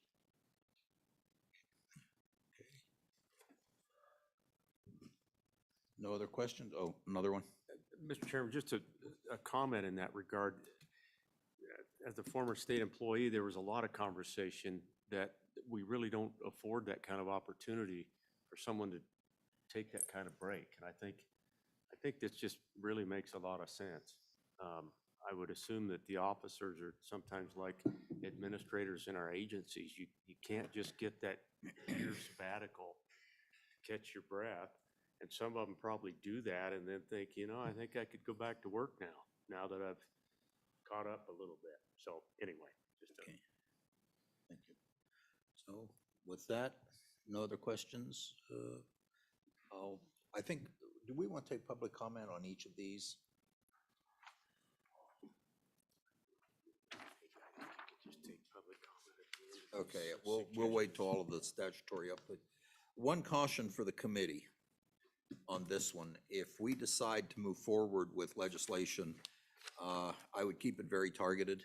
Having gone through legislation involving the retirement plan in the past, broad, general legislation tends to die. We need to target it. Representative Burt, did you have a question? Okay. All right, proceed. We'll take public comment at the end of the statutory. Okay, thank you, Mr. Chairman. So next up is winter road closures. It's road closure gates and road closure signs is what it really is. We have an issue with the amount of snowstorms we have, restrictions we have, say on 22 up in Teton County, snowstorms causing road closure gates to be swung. We have people passing the gates and passing signs and causing quite a bit of problem. In fact, since these slides were printed, we had the storm, through Platte County up by Sheridan here the weekend before last, which we got 19 inches of snow, drifts, that type of thing.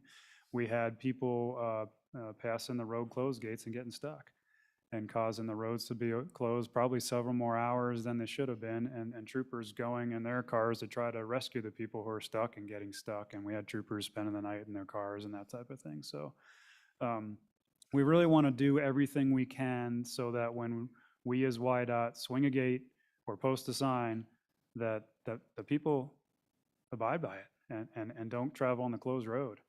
So that our folks can spend the time getting the road open and clearing the snow, and our troopers can spend the time helping folks and doing what they need to do. So one thing that we noticed in statute 24.1.108 that we're having an issue with, specifically when there's just signs posted, so say the road's closed for lights and empties, or on 22 going over the pass up in Teton County, there's just signs restricting trailer traffic, all winter long. You're not allowed to bring a trailer over the pass. So we do the best we can to stop folks and educate them. But when you see the same people going again and again and again, obviously at some point you need to take action and issue a citation. And so what we're finding, the word is spreading where if they just say, well, I didn't willfully do it, or I didn't see the sign, the charges are being dropped. Because in the statute, 24.1.109A, it specifically states any person who willfully fails to observe, and then goes on from there, is guilty of that. They're just saying it wasn't willfully. So the recommendation there is to remove that, strike that word willfully out of that statute. And again, this doesn't mean that we go out and just write everyone a ticket. We try to educate and try to figure out what the circumstances are. But if it comes down to it and we feel like that's the best corrective action, we'd like to be able to write that citation, which is $570, and have that carry some weight. Because what we're having to do now, knowing that folks are figuring this out, and with that word willfully, is just writing a separate citation, disobeying traffic control devices, which is $100 and something fine. Disobedience to traffic control devices. So we're not really getting the full weight of this statute to be able to charge them with. And even when there isn't a road closure gate, so it's not a hard closure where we're prohibiting any traffic from traveling it on at all. A good example is 22 in Teton County over into Idaho.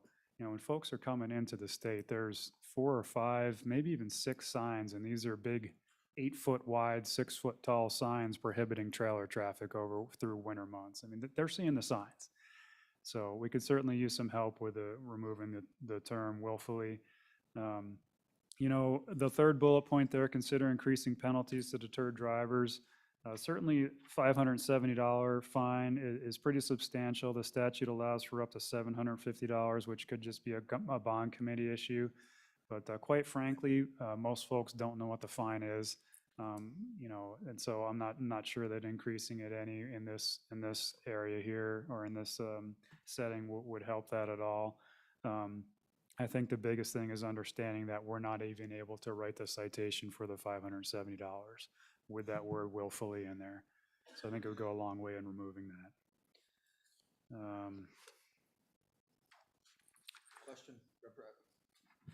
Question, Representative Burt? Thank you, Mr. Chairman. So this came before the House Committee for the 2021 generals, for the general. And I've got the same issues today as I did back then. If we remove the willingly, we are putting the resumption of innocence, or we're removing the ability for the general public to be basically presumed innocent until they're proven guilty. They don't have that mechanism anymore to say, I really didn't know. So just removing that isn't just easy enough for you to now enforce it. And I understand, I completely understand the dangers of, of the state employees having to go out and rescue those at passes. And I understand you're also trying to, make it easier to enforce the law, but sometimes our job isn't to make your job easier. I apologize for that, really, it's not. It's to make sure that the public's protected. So I don't know where, I don't know how else to come across it, but if we remove that, where's the protection for the public gonna be at, giving the law enforcement the ability to just, have that mechanism to enforce it, but where's the public have the ability to fight back at it and prove they're innocent?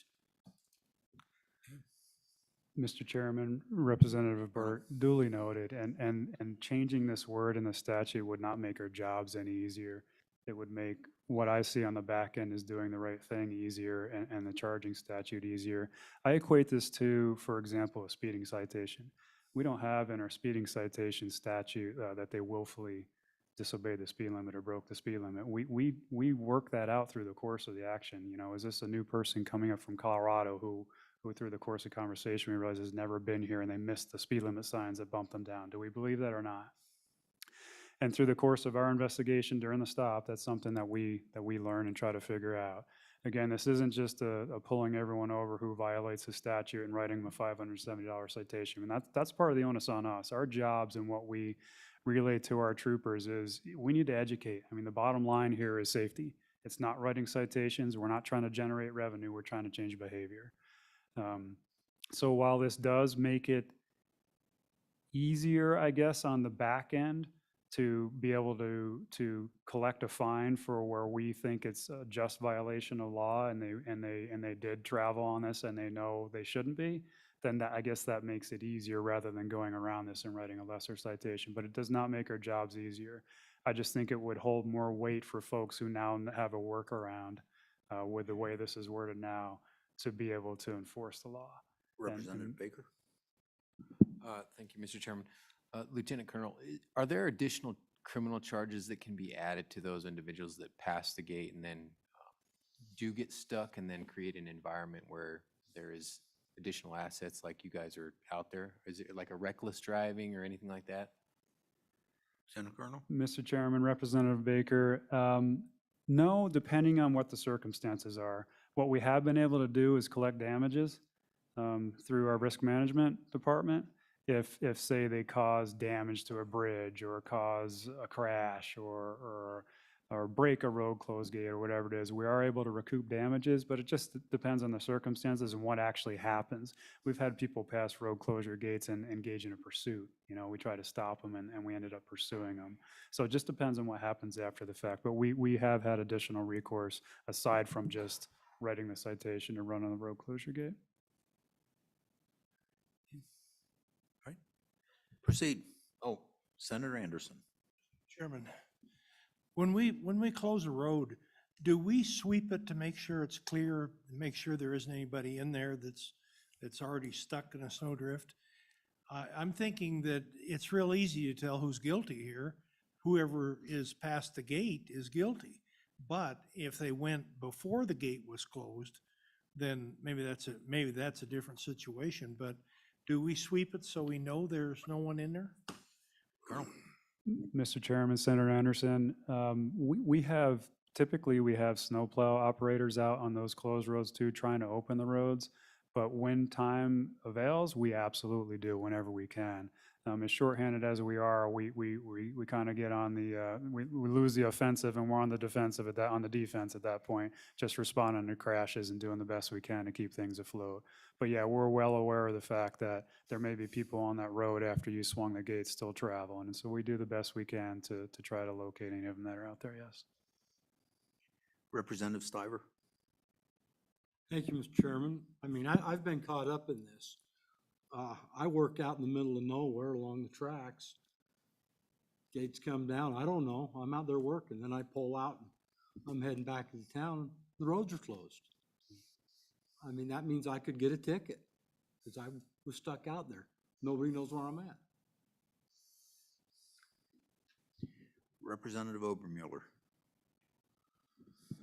Thank you, Mr. Chairman. Just a question about whether it would make more sense to define the word willfully,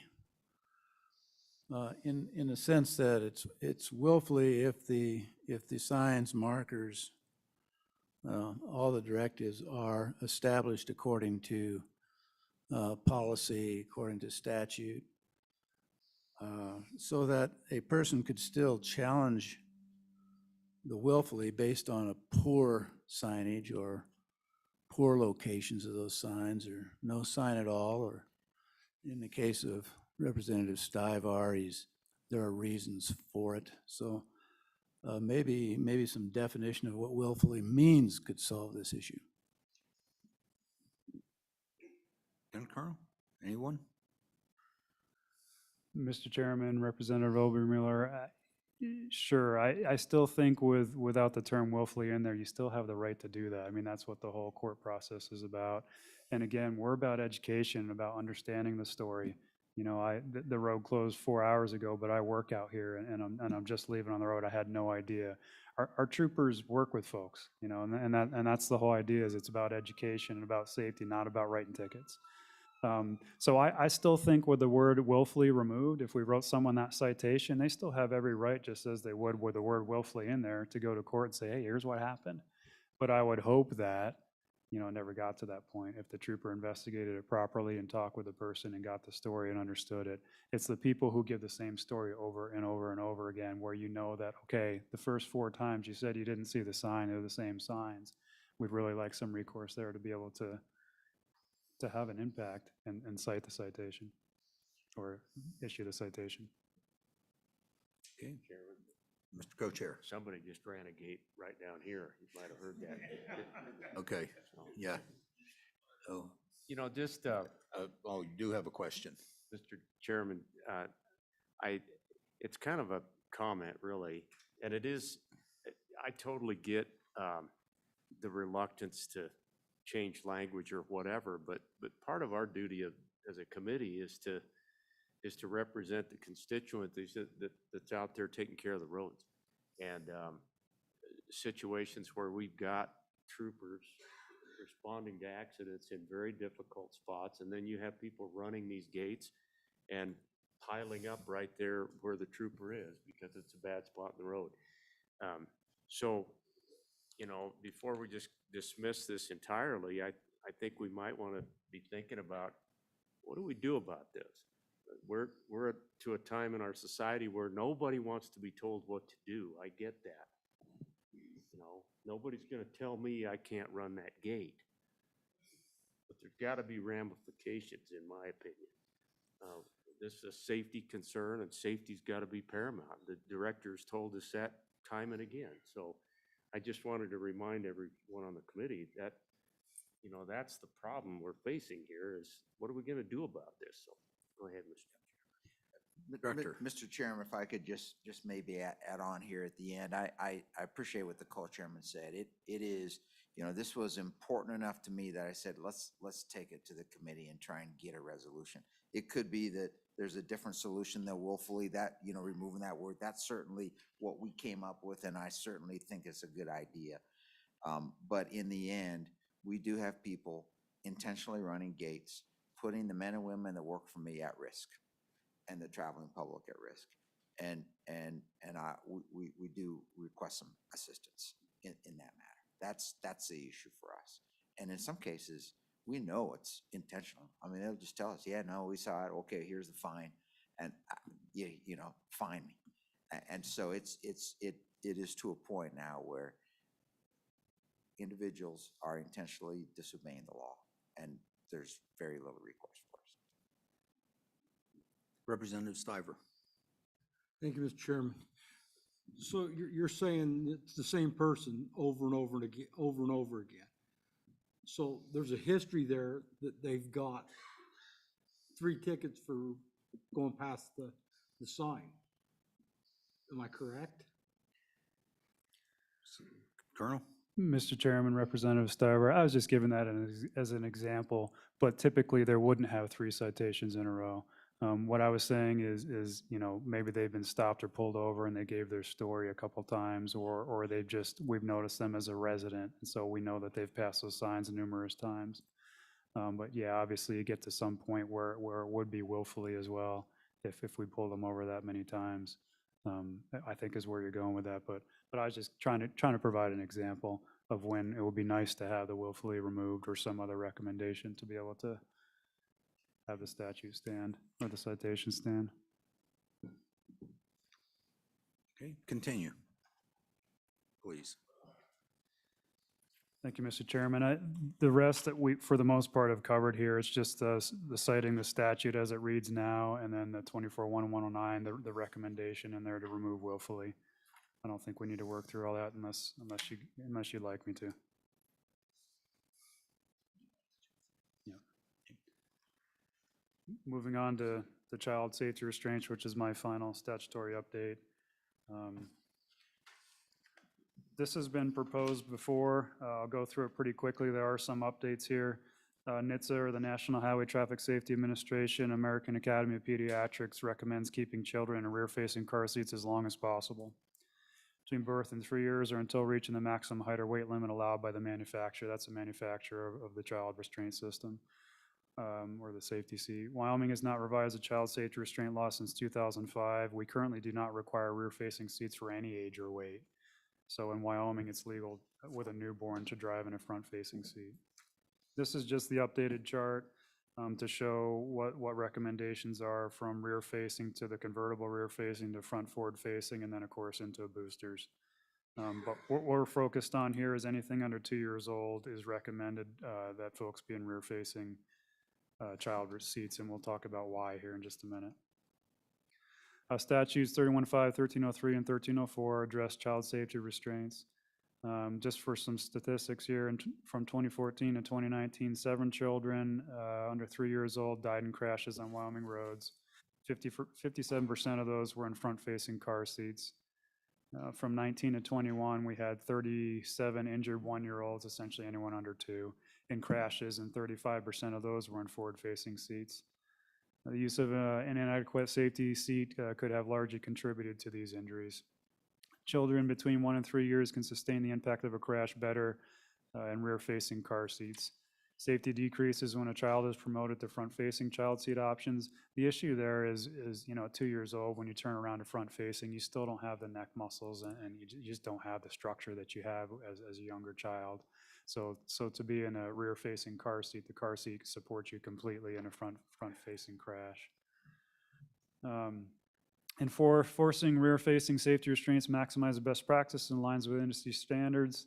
The national trend is requiring rear-facing car seats until 2 years. 23 states so far, plus DC, have adopted laws for the minimum 2 years before they can swap around to front-facing.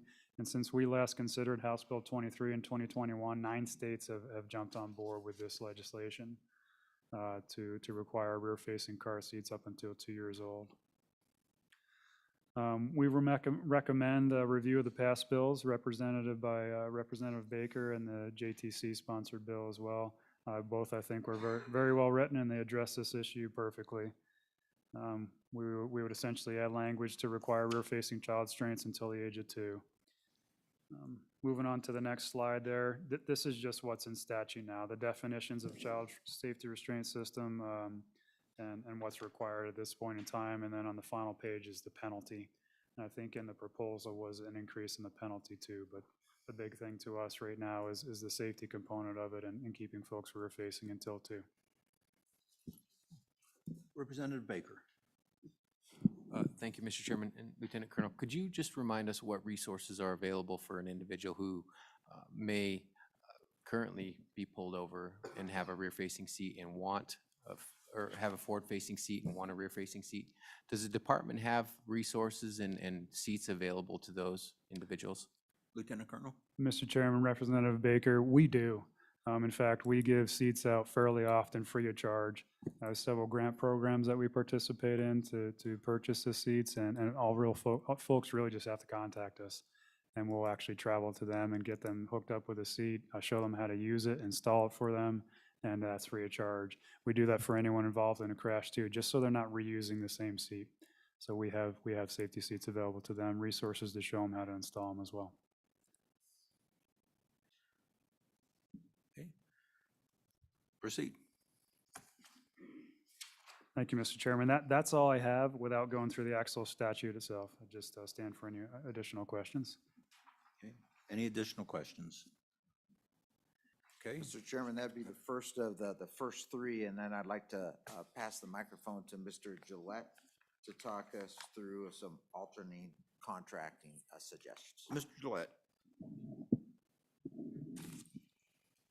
Thank you, Mr. Chairman. I have one statutory update, as the director said, involving alternate or innovative contracting. And I'm starting on page 15 of the presentations. Over the years, FHWA and other state DOTs have developed innovative methods to deliver projects. The issue is under Statute 24-2108, the statute for highways, in that the Transportation Commission is only authorized to award projects to the lowest responsible bidder. This is done through a design, bid, and build type method. The Federal Highway Administration encourages states to consider the use of alternate contracting methods, and the state would benefit by capitalizing on project efficiencies and cost savings. And if YDOT was able to do this, it would align itself with state public works construction management alternate delivery methods already in statute 166701. The next page, Mr. Chairman, the current contracting method, as I said, is design it, and then usually the owner would bid it, and then the contractor builds it. This is a 3-phase type method. And then the next page, page 17, we start to list some of these alternate contracting methods. And the 2 on page 17, I would see YDOT possibly using. The construction management and general contractor method's a 2-phase process, largely for large complex projects, be faster delivery. And then design build is a 1-phase type project delivery in which one company would design it and also build it. And I would see that YDOT would use these 2. The next 2 on the 3rd page there, multi-prime and indefinite delivery and indefinite quantity, I don't see YDOT using much of. So moving on to the recommendation, Mr. Chairman, really what YDOT is asking is to be allowed to use the alternate contracting methods already established in statute 166701. So to do that, going to the statutes, which I do believe you have a copy of there, statute 242-108, road and bridge construction. Under A there, the statute as is, towards the last line of that statute, contracts awarded after public notice to the lowest responsible bidder determined qualified by the Transportation Commission of Wyoming, which is given the power to determine the qualifications and responsibilities of bidders. If we would separate that from the paragraph and label that as I, and then below that add double I, and and add or to the first one. Mr. Gillette? Under I. If I might interrupt you, where are you? I don't think we have any of the information you're talking from. Oh, I'm sorry. No, he's, Okay. yeah, we don't have, we don't have that statute in front of us. Mr. Chairman, I think that it is, oh, are they out there? No, I didn't. I just gave them all to you. Mr. Chairman, there was a confusion. Okay, I had given them all to her and didn't, and she thought I had given y'all some. okay. So, Mr. Gillette, just hold on till we get something to look at here. Mr. Chairman, we just didn't want to be run off and left there. Yeah. Thanks for waiting for us. Mr. Chairman, Yes. might I take this moment while we're pausing just to mention something? Please, go ahead. You know, as a member who sits on the State Building Commission as a liaison. Could you get closer to the As a mic member little? who sits on the State Building Commission as a liaison and as the chairman of the Select Committee of School Facilities, we are looking, both bodies are looking at alternate bidding methods. And I, you know, as an architect, certainly understand that that's really necessary. So I just want to, while we're waiting, wanted to voice my support for this. We really need to allow the commission to decide which, the Transportation Committee, which method, it's not, they're going to use on particular projects. And so we can't legislate it, one method. We need to give them the flexibility to do all methods. And so I'm 100% behind this. Thank you. Thank you, Senator. So, Mr. Gillette, now that we have something in front of us, proceed. My apologies, Mr. Chairman. I thought you had this. So this is 242-108. And if you look down there under I, that sentence as existing would just move right up and shall be constructed under contracts awarded. What we're proposing would be to break that last sentence off under I and then add or at the end of that sentence, add double I and state an alternate design and construction delivery method as defined in Statute 166701, parent A, parent B.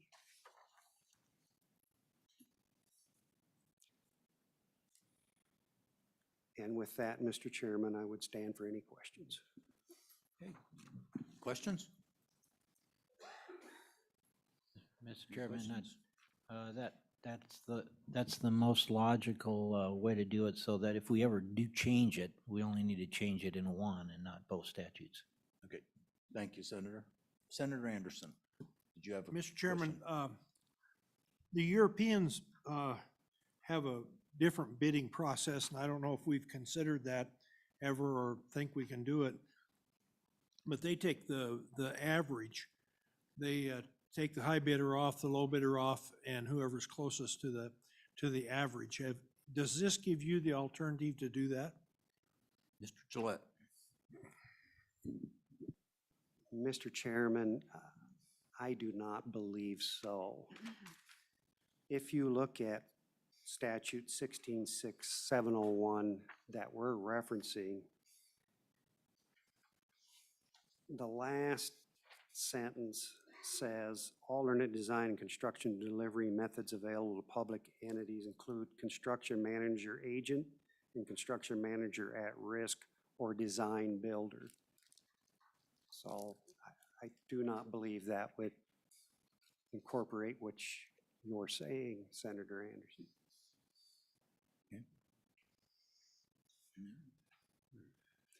Although there's at times we would like to be able to do that. So, Mr. Gillette, quick question. Are there times that using lowest bidder gets you into trouble? Mr. Chairman, I would say at times, but probably few, but yes, we've had defaults by low bid contractors, and where we've had to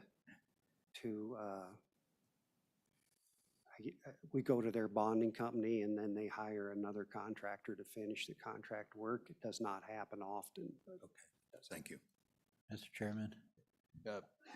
Senator Pappas. I do believe they probably have the ability to disqualify a bidder for some reason. Certainly in other state projects that I've worked on in schools, for instance, we in one project we had a steel erector who had just gone bankrupt and bid the project and bid the project under a brand new name, 6 months old, and we found out about it, and so the project by the state was disqualified for some reason. That person was the low bidder, the general contractor was the low bidder, using a subcontractor that was not deemed qualified. So they can qualify people, and if they're not qualified, it doesn't matter what their bid is. They can throw out that low bid.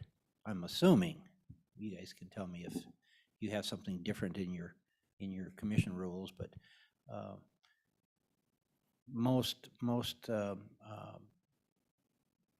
both private and state agencies are able to disqualify bidders for certain reasons. Okay. Representative Obermuller.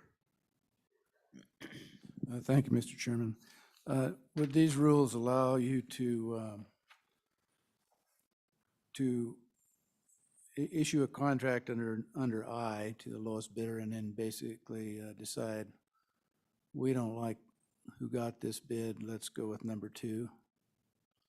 And does the or mean from the beginning either or can you opt into number 2 after imposing number 1?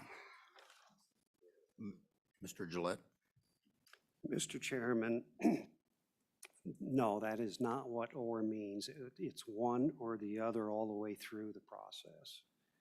And we would not change processes at that point when the bids are disclosed. Mr. Co-Chair. Just to clarify, Mr. Gillette, the bidding process is something that I've really actually never run into, and I've been around the Senate for a while.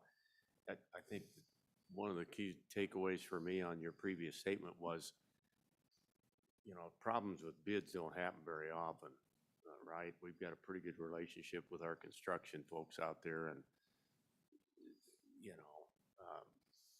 did I read that correctly? You said that really doesn't happen very often, that a low bidder becomes a problem? Mr. Gillette? Mr. Chairman, that is correct. And to answer a previous question, we do disqualify low bidders if their bid does not meet all the requirements. So that does happen once in a while, a little more often maybe than a bankrupt or a contractor that just simply can't complete the contract. Mr. Chairman? Thank you. Also, Mr. Chairman, I would like to clarify that giving this opportunity to use these alternate methods, I suspect that probably 95% of our contracts would still be by design and bid and then build. These would be used rarely. Representative Stiver. Thank you, Mr. Chairman. So I have a question here. And I know this is construction, but it's still under the same concept. Is there was 2 bidders out there for patrol cars. And the low bidder missed floor mats and something else. So he was disqualified for the next, so the next bidder got it. Is that what you're looking at here? Even though the low bidder says, I'm gonna put them in, I didn't catch them on when we put the stuff together, but I'm gonna go ahead and follow through with, because it was on there, we missed it. We'll put them on there anyway, put them in there anyway. But they still lost the bid because they didn't put them on. Is that what this would do? Mr. Gillette. Mr. Chairman, I would say no, this is not what the purpose of this is. The purpose of this is right to begin with, we would denote what method we were going to deliver that project right from the start. And these type of methods start with design long before you ever open bids. Mr. Chairman? Director? Mr. Chairman, if I could maybe redirect a little bit of this discussion about, why we're asking for this. And it goes back to a little bit of the discussion we had under the IDGA discussion and size and scope of projects. So, currently how we do a project is, you design it and then you bid it and then you build it. And that's what we use most of the time, and it's low bid. And then you have all the factors that go into low bid. Sometimes when it's a really big project, the time constraints don't work very good for you to design the entire project first. It may take you 6 years to design it. And so let's say you're doing the I-25, I-80 interchange. That's not a great method to build that project. What's better is if you do something called design build. So then you hire a contractor and you design it simultaneously as you're building it. And it speeds up the process. It takes advantage of time, and in the end it's cheaper because we aren't waiting for the price to escalate over time. And it's a recognized way to contract out a project. In fact, it's authorized in our state for vertical construction. It's just not authorized for WIDOT on horizontal construction. And what we're asking for here is the authority to use identified valid bidding processes and match up that bidding process with the project that's on hand. Nothing to do with changing bids after they come in, nothing like that. It's all about aligning the right process to bid out to construct that job with the type of job it is. And maybe that helps clarify some of the questions. Okay. So, not seeing any other questions? Mr. Chairman? Oh, Mr. Senator Chairman, Anderson. we use design build on all of our facilities that we built because, like you say, we couldn't stand to wait to do the design and then bid it and all that. So we got a contractor lined up. He got the architects lined up and the engineers, and we design built everything we built in Cheyenne, Rock Springs, Casper, and Gillette. It's the only way to go. And of course, that was all vertical, like you say, it wasn't horizontal. But I sure agree that horizontal would benefit a lot from doing that. So I'm all for this. Thank you. Representative McGuire. Thank you, Mr. Chairman.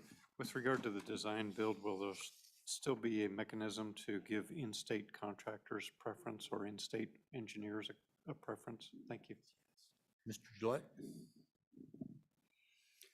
Mr. Chairman, yes, that would be correct. Mr. Chairman? Senator Pappas. Yes, in all of the methods, there is, even in the construction management, both construction management at risk and agency, and design bid build and design build. All those methods have the capability of giving preferences as well. So, but what it does, like Mark said, 90% or more are going to be just like they're doing it today. It just gives them the flexibility for certain projects that have very unique timeframes and very unique requirements. So that's all it does. Mr. Gillette? Mr. Chairman, I would like to answer one question that was Please. asked, and that is, we do have a very good working relationship with the AGC of Wyoming, and we talk very often, and so just want to answer that. Thank you. No more questions? Thank you. With that, I'll open it to public comment. Any comments on the 4 proposed statutory updates?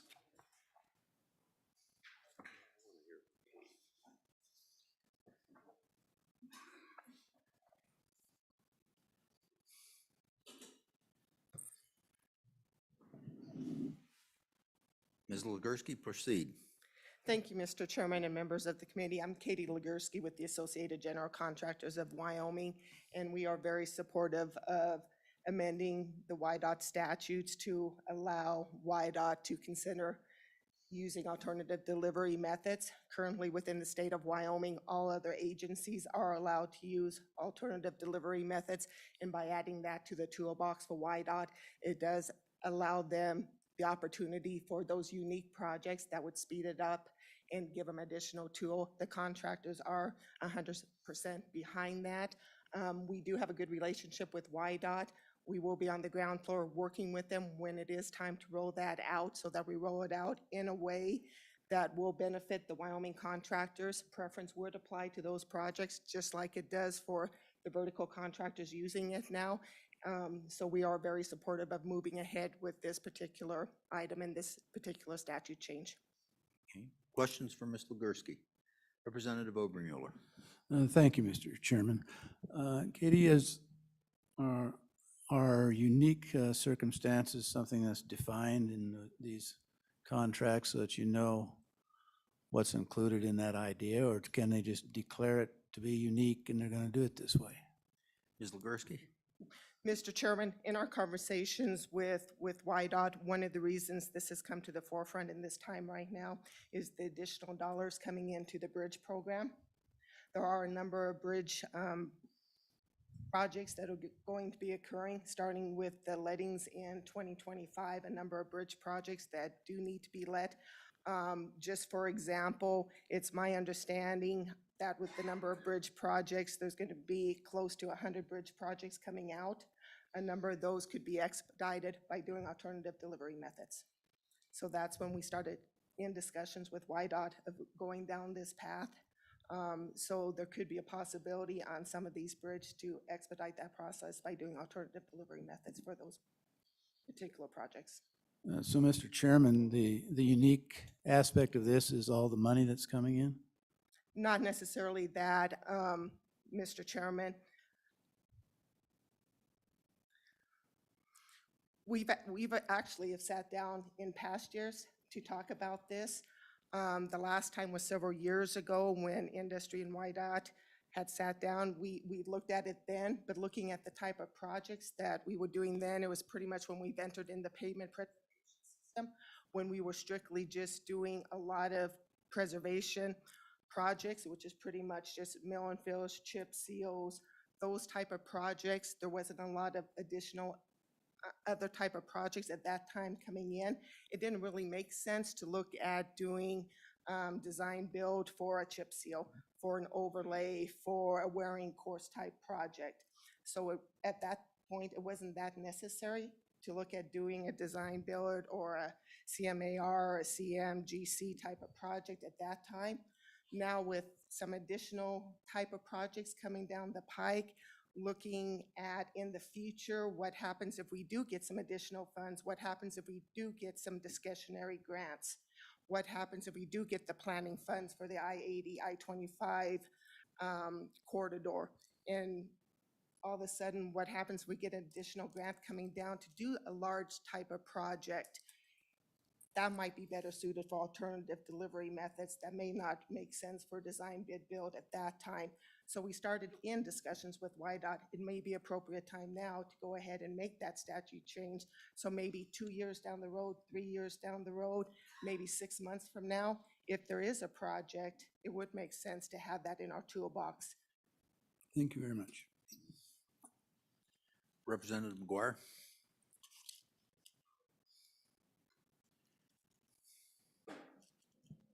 Thank you, Mr. Chairman. And I'm just looking at Wyoming Statute 166103, and maybe for the next meeting, if someone could just show me how for sure the preference would apply to this if we change the statute. I just want to make sure we don't miss that. Thank you, Mr. Chairman. Thank you. Other questions? Okay, thank you, Ms. Gursky. Thank you. Anyone else in the room? Anyone in the virtual land? Okay, with that, I'll close public testimony. Mr. Co-Chair. Mr. Co-Chairman, just in the interest of expediting the process, I would suggest that we have our legal staff draft up these requests, recommendations on the part of YDOT. Whether or not we move all 4 of them or vote for all 4 of them in August is irrelevant at this point. I think let's take a look at them. These are recommendations from the agency, and I think let's do all 4. Okay. Representative Stiver. Thank you, Mr. Chairman. For the winter road closures, I'd like to see if we can get what other states, how their statutes read, if they read willingly, willfully, or how they're worded, so we can put this one to bed. I think that's a reasonable request. Heather, did you capture that? Okay. Thank you, Mr. Chairman. Another project for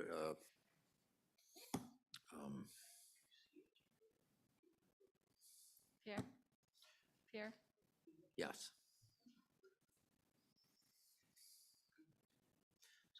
Okay, done with that. Moving on. I think that leaves us, the last thing is zero emissions vehicles. I think this is pretty much just an update, information. Am I correct?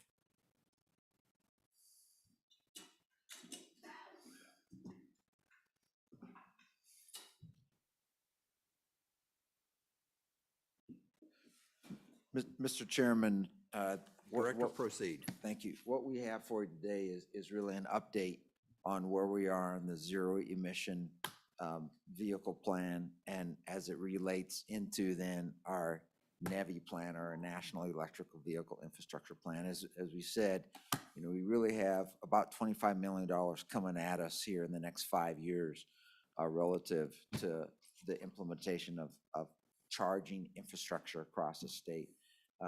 We have set up a working group that Mr. Kirkmeyer to my right has been leading, and really have asked him to update the committee on where we're at in this process and what we're looking at in terms of how we're going to, what our initial recommendation here is and the road ahead in terms of electrifying our roadways.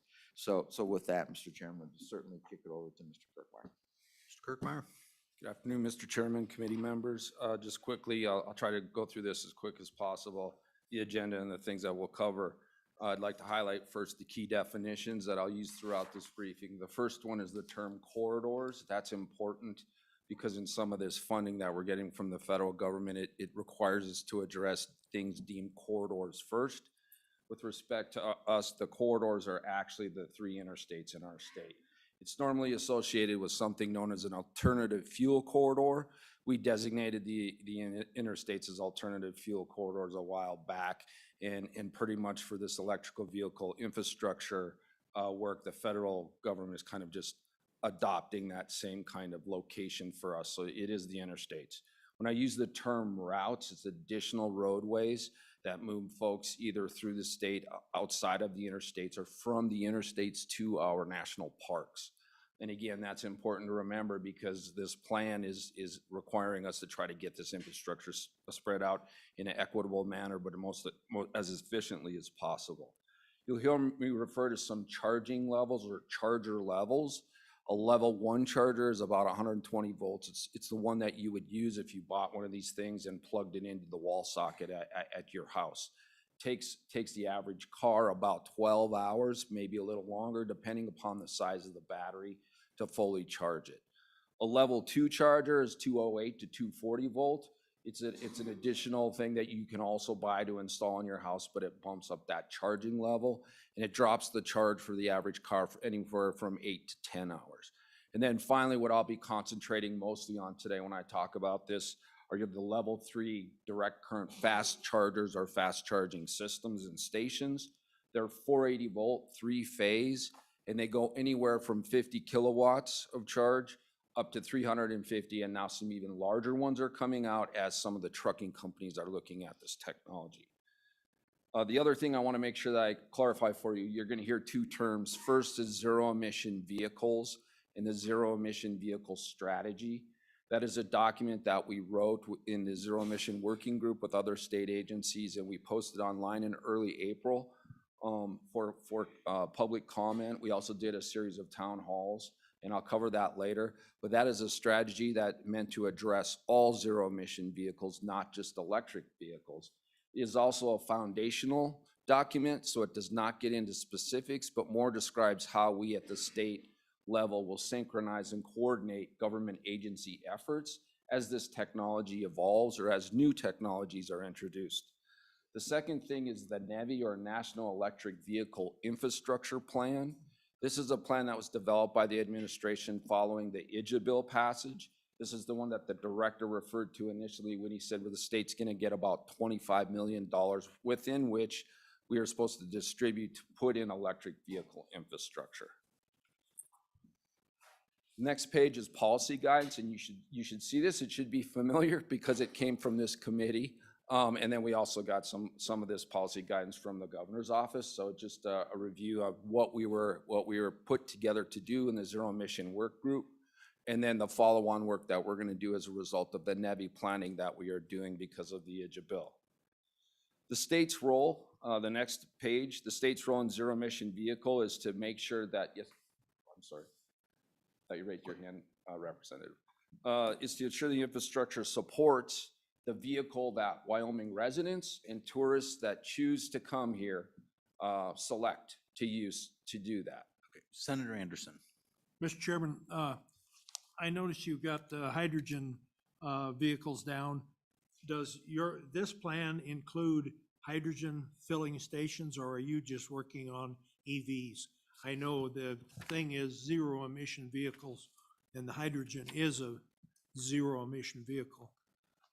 Mr. Kirchner? Mr. Chairman, Senator Anderson, the zero emission vehicle strategy is a all-encompassing, all zero vehicles. It's foundational, and it's meant as a guiding document to address specifics with technologies as they come out. So yes, it's meant to be flexible enough and adaptable enough to synchronize and coordinate state agency efforts when hydrogen shows up. The NEVI plan is EV specific. So we're doing both, but for NEVI itself, it is EV specific. Continue. The next item to discuss about the state's role is to just make sure that the state agency efforts are synchronized and coordinated, and that within the agencies, we are not contradicting or interfering with each other's efforts. And then finally is secure or identify funding that might be available outside of the state agencies, and then help marry that up in the communities or with interested parties. Our strategic goals, again, for the zero emission strategy, and again, this is the all-encompassing strategy that is technology non-specific, is first to make sure that the rules, regulations, and statutes don't hinder the adoption and the use of the technology. The second is to make sure that we keep pace with change, because this stuff will change, and we've already seen it change. The third is that we possess the financial programs that incentivize the development where it's desired and might be required. And in this case, for the NEVI plan, it's really specifically geared to ensuring that we protect our number 2 industry in the state, which is tourism. The next strategic goal is to create and maintain equitable statewide access for those who choose this technology. And then finally, as we deplete or exhaust any resources we do receive in the state, we identify and then use appropriately the additional ones that might come through. Follow on. I will tell you that we've tried to synchronize efforts. As I indicated earlier, we did develop and start this zero emission vehicle working group at the state agency level last June, is what wrote the zero emission vehicle strategy that has been posted, and that we are gonna pull down off the website and probably put it from draft into final format. We did not get a lot of comments on the strategy, so we think it's pretty sound so far. We did get some with regards to electrical vehicle planning, and I'll get to that in a little bit. So that working group is working, we're working with each other. We also brought in a bunch of stakeholders, and I've listed a few here specifically because of the NEVI planning. We've been in contact with most of the large DC fast charging companies, the folks that have been doing this for about the last 10 years. I've engaged with all of the utilities, with the Wyoming Region Rural Electric Association, and specifically the utilities who own the areas along the interstates, and I'll discuss why a little bit later. And then finally, we're also engaged with the Park Service because one of the ideas here is to get folks that want to travel here and visit the parks to the parks. We also talk to local officials. We're partners with Yellowstone Teton up in Jackson and other businesses. The matrix, and now we're going to get a little bit more into the NEVI planning specifics. This is a short matrix that just shows you the current funds that we have available. The top line is the VW settlement money. It is the only money that is not a result of the IDJA funding that we're getting from the federal government. It's about $1.2 million. It's set aside in DEQ. And the Zero Emission Working Group is recommending that we utilize that money to communities that are not initially eligible to apply for the NEVI formula funds that we will get in order to help us distribute the technology more statewide. The second two are new grants associated with the IDJA funding. Each is $1.25 billion. They're going to be competitive grants, eligible at the local, county, and tribal level. We don't have the rule set on those grants yet, and we don't expect to get it until November. But what we do know is they're going to be any zero emission vehicle infrastructure is going to be eligible to. So to get to Senator Anderson's previous question, if there are some hydrogen applications, they should be eligible for those grants. And as soon as we know the rules on those grants, we'll distribute that to the interested people. The next two are existing programs that just got more money in IDJA, both the lower no emission bus program and the clean school bus program. The money is currently in there, and communities are eligible to apply for that money now, and I think that's open until May 31st. And then the final one, which will kind of take up the rest of the briefing, is the NEVI specific money. Again, roughly 25 million. We started out at 27 in Wyoming, 5 billion total, spread out over 5 years, $1 billion a year. Initially, the Department of Transportation and the Department of Energy, who kind of jointly manage this program, had to create a new agency. They call it the Joint Office, and they took $350 million off the top of the first $1 billion this year for administration. So our first year expectation of a little over 5 million actually dropped to 3.9. And then they made an additional decision to take 10% off a year and set that aside for what they're deeming as future opportunities or future use. We don't really know what that is yet, but what we know is this year we'll get about 3.9 and then roughly 5 for the next 4 years. So roughly 24 total out of the 27 that we initially thought. And there's very specific use and requirements, and that's what the rest of the brief it will talk about. So to follow on to the next slide, the NEVI plan itself. I want to highlight a few things. First, it can only be used for EV infrastructure. Can't be used for other zero-emission vehicle or any other type of infrastructure. It is for EV infrastructure, and it is in addition to road maintenance funds, not because of, and road maintenance funds were not diverted. It is a separate appropriation, and as such, we can't give the money back. If we don't use the money in Wyoming, there's a specific process on where the money goes. The first process is if WYDOT doesn't allocate the money, then the Federal Highway Administration takes over and they make the decisions on where the money is allocated. If the money's not allocated, or there's not, the federal government doesn't deem that it should be allocated, it's not allocated properly in Wyoming, then they give it to another state. So it's not like we can give it back and the taxpayer gets a break. The next thing to worry about or to highlight is, that's $22 to $24 million that's spent in this state. That means Wyoming residents or construction companies or electricians are likely getting the payroll to put these stations in place. They're significant. The construction costs on these stations are significant. We're looking at anywhere from about $700,000 to $1 million per location.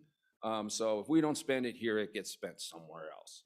And then finally, I want to highlight neither the zero emission vehicle strategy nor our NEVI plan is an adoption strategy or plan, right? Our role here is to facilitate this infrastructure for folks who either choose in Wyoming to adopt it, either now or later, or for folks out of Wyoming who want to come here, but before this haven't been able to or couldn't because we couldn't get them through the state or into the state up to the parks, which is really what we want to do, is protect tourism, at least initially.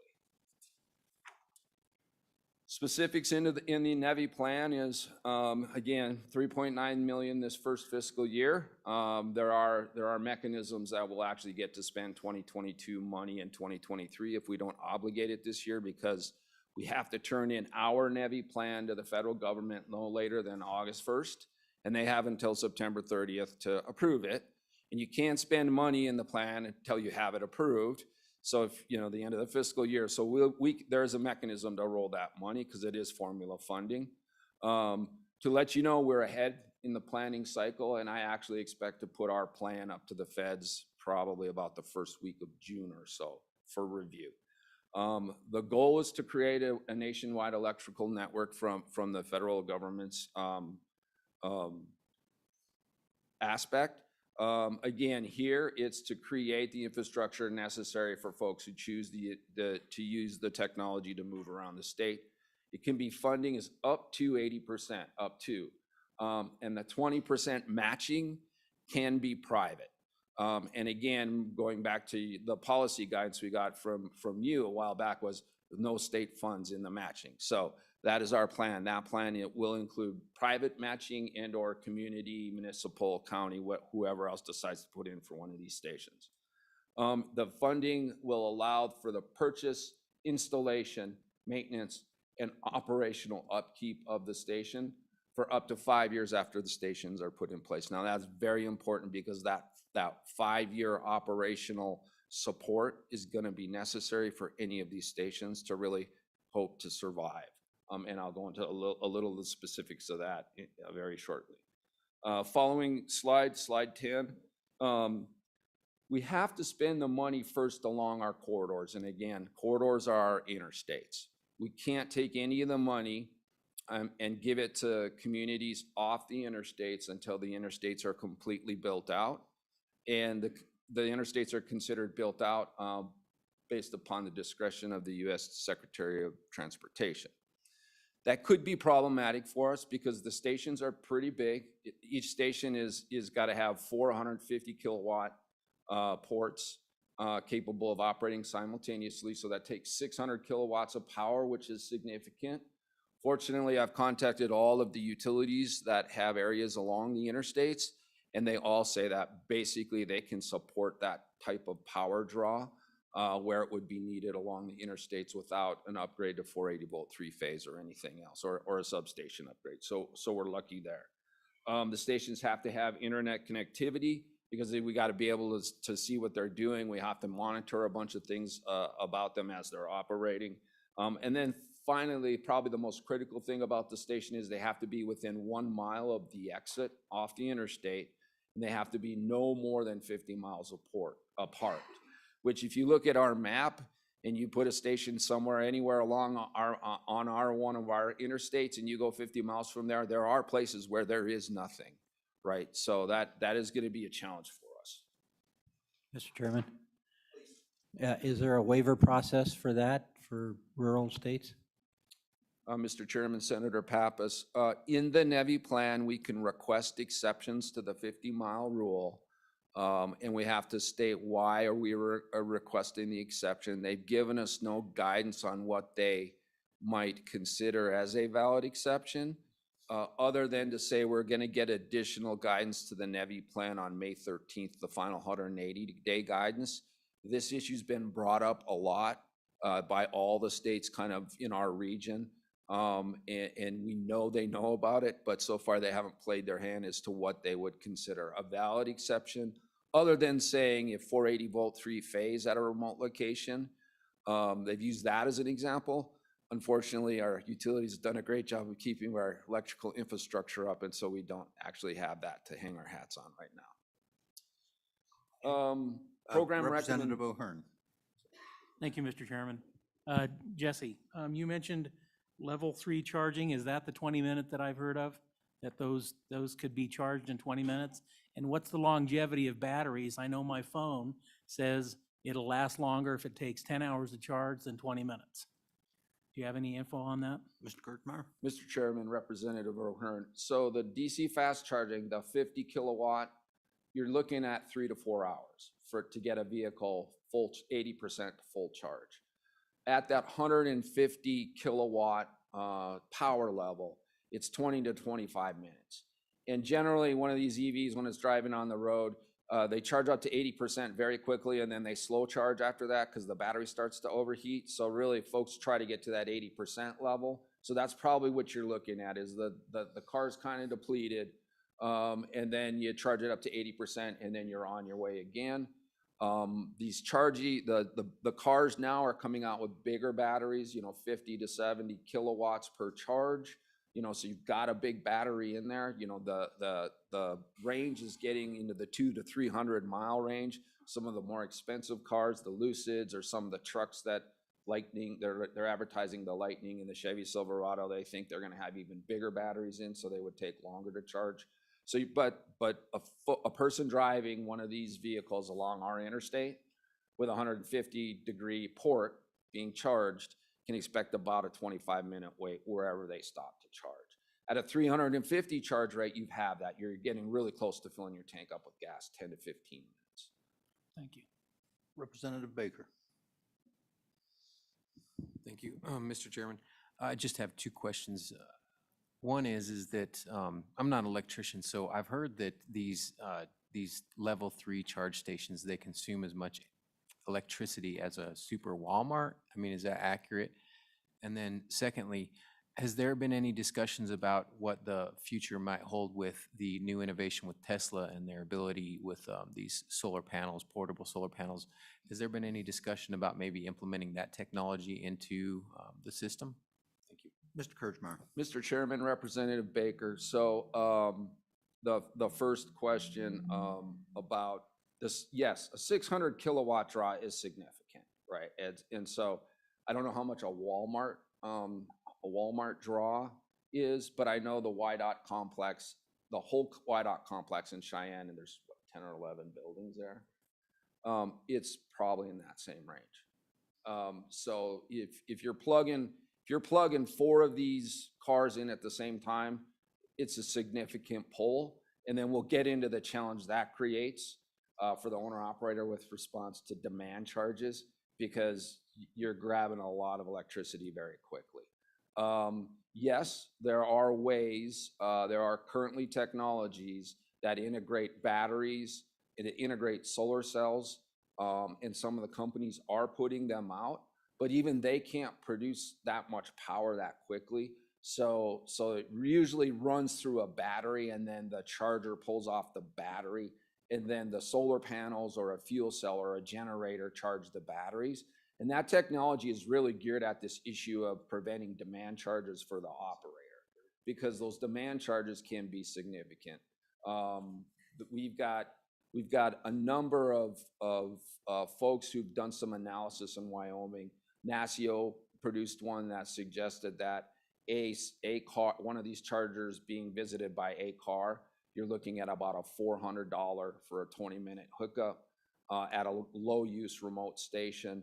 I've got other folks who've estimated about $17 a kilowatt. So if you've got a 50 kilowatt or a 70 kilowatt battery in your car, 17 times 70, you're looking at a significant charge there. I've got some other folks who sent me information that suggest in a month, you're looking at about $10,000 a month in possible demand charges. So the technologies you referred to are starting to come out, and in order to address that kind of that heavy demand charge.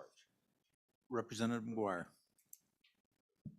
Thank you, Mr. Chairman. So since we are discussing the expense, and earlier we had a director of your department that talked about a road usage charge, and I thought there were some very compelling questions in there. Has anybody considered a multiple of the electricity that would go back to the state to replace the fuel tax that is not being collected by these vehicles? So as they charge the 1.21 gigawatts, we'd put a multiple on there that would be equivalent to the mileage that I pay in state and federal tax when I fill up my vehicle. Thank you. I think I'm going to call on the director for that one. We've had this discussion already. Mr. Chairman, Representative McGuire, the short answer is yes, we are working on that. It's currently authorized in statute, and we are working the mechanics as we speak. Because what everybody quickly recognizes now with this rapid advance of the potential of electric vehicles traveling and traversing through the state with these EV chargers, they will not be contributing to the ongoing maintenance of our transportation system. And we think they should be able to contribute. So thank you, we are working. Representative, I'm going to take a brief privilege, Representative, so that the committee knows it is already in statute that the charge for an electric vehicle is to be converted to a gasoline gallon equivalent and the tax paid on that. It's already in statute. It's been in there for quite a while. We don't have to add anything. It's how do you calculate that equivalent? I've seen as high as 33 kilowatts equal a gallon and as low as 6 kilowatts equal a gallon. And I like the lower number, the 6 kilowatts equal a gallon. So for each 6 kilowatts, you owe 24 cents to the state. And so obviously Tesla is in arrears in their taxes. So maybe we foreclose on Tesla. Representative Burt. Tweet that out, would you please? Thank you, Mr. Chairman. With any discussions on the utilities that are going to supply power to these charging stations, was there any discussion about a possible increase of peak usage to charge these batteries to provide electricity? Could the residents end up seeing a higher cost during peak hours when these batteries to these charging stations are being charged, since it's a high demand of electricity? Okay, I'll give you a choice. Why not? Mr. Chairman, Representative Burt, the issue we've identified is the demand charge issue, and that's in accordance with the current tariffs that are approved or in place at the co-ops. So that is already set in place. That does, if left alone, where that electric draw happens, whoever is responsible for paying that meter is responsible for that charge. So it should not get distributed to the public writ large. It gets distributed to the person who owns or operates the charger, and then what they decide to do with that charge is up to them. Do they pass it on to the consumer, meaning the person that plugged their car in? Do they just pay for it themselves? There are examples of some co-ops, most recently one in Colorado, by Longmont. They serve an area between Denver and Fort Collins in the Longmont area, and then west into the mountains. And they are dealing with this, and how they are proposing within their region themselves as the utility is to do exactly what you said, is to pass it on through a membership of folks who own the EVs, not all their consumers writ large. But how each utility decides to address it is really up to that utility. Representative Burt? Just a quick follow-up then. So it is possible down the road if the powers that be, I mean, there's nothing saying that the utility companies couldn't pass it on to a regular consumer who doesn't have an EV vehicle because of a high peak incident? Mr. Kirchmar? Mr. Chairman, Representative Burt, I'm a little out of mind. This is a public service question mostly, but what I would say is any adjustment to utility tariffs by an investor-owned utility would have to be approved by the Public Service Commission. Any adjustment to a co-op or municipal charge is done through their normal board process. So if they deem to do that, there's a check and balance either on the investor utility side or on the public utility side. Mr. Chairman. Senator Pappas. I also just want to remind the committee that we did raise fees on electric vehicles from $50 to $200, and that was based on the 24 cents for 15,000 miles. Now, granted, that's charging our Wyoming folks, and it's not charging people who are driving through the state. So if we do put something on, we'll probably have to revisit that fee. Okay, proceed. Thank you, Mr. Chairman. Carrying on to slide 11. Program recommendations. Initially, what we are recommending is that we issue a request for proposal to build out our interstate system first, probably in the form of either a system-wide build-out, generating opportunity for any person's business or businesses to collaborate and build out the entire interstate system, or possibly individual interstates in the 3 interstate system. We haven't made the final determination on that, but more likely than not, that is the best approach to take. And again, I'll get to why it may change based upon what Senator Pappas brought up a little earlier, which is this notion of the 50-mile stations. If our exceptions to these 50-mile stations is not received favorably, we will have to put as many as 24 of these stations in along our interstates, 10 on I-80, 9 on I-25, and 5 on I-90. Some in locations where there isn't much, and there isn't much to see, and there isn't much to keep you from seeing it. So the other problem with a station every 50 miles is they actually take business from each other, actually bleed business away. So if you have to have that many stations, that many frequently, based upon our current assessment of the market penetration of both of these vehicles, both in the state and what we perceive as visitor traffic, these stations will be visited very infrequently, which means in all locations, they will be hit more likely than not with these high demand charges and high operational costs. So the system could be set up to be installed and built and then fail because it can't cover its own costs. So that's why we're hoping the federal government will look at this more as a business reason to not have so many stations. The reason they want them every 50 miles is this notion of range anxiety, and folks who drive them want to get from here to there and they're not going to be comfortable. But I think we might even have places in the state right now where we don't have gas stations every 50 miles. So it is a pretty austere requirement that we're hoping to get some relief from. If that exception is not approved, probably our only hope in making the whole system work is to get one company to agree to put them in. Now, I know that sounds scary, but these large national companies that do this, they don't necessarily build their own stations, right? What they do is they contract with a local business, a gas station, a shop and go, a mall. The ones you see put in now are Teslas.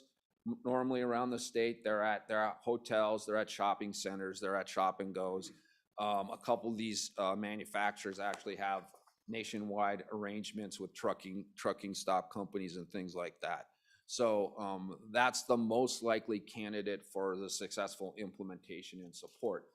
If we assess right now, if we have to put 24 stations in, we'll have to provide about $500,000 in installation subsidy and $500,000 over 5 years in operational subsidy, which means that's all the stations we're going to put in with our $24 million.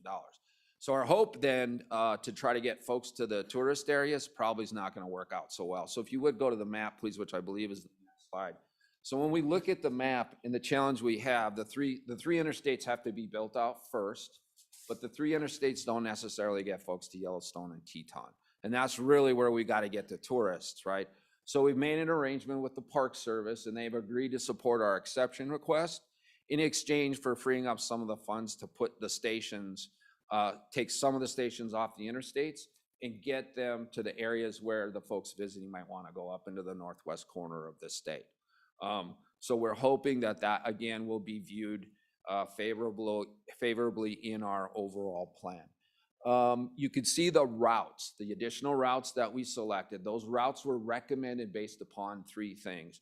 The first is the highlighted counties, the pinkish counties, and the reservation, which is a bright blue. Those are known as Justice 40 areas in the state. Those were deemed Justice 40 areas by the Joint Office. We did not have any input on their selection of Justice 40 areas. Justice 40 areas are those areas that they decided were economically disadvantaged and remote. And so the goal is to put 40% of the funding in those areas. So we picked routes that went through those counties and those areas if they weren't already along the interstate. The second reason we picked the routes we picked is they got folks to the tourist areas. They got folks to the jump off points, Jackson and Cody.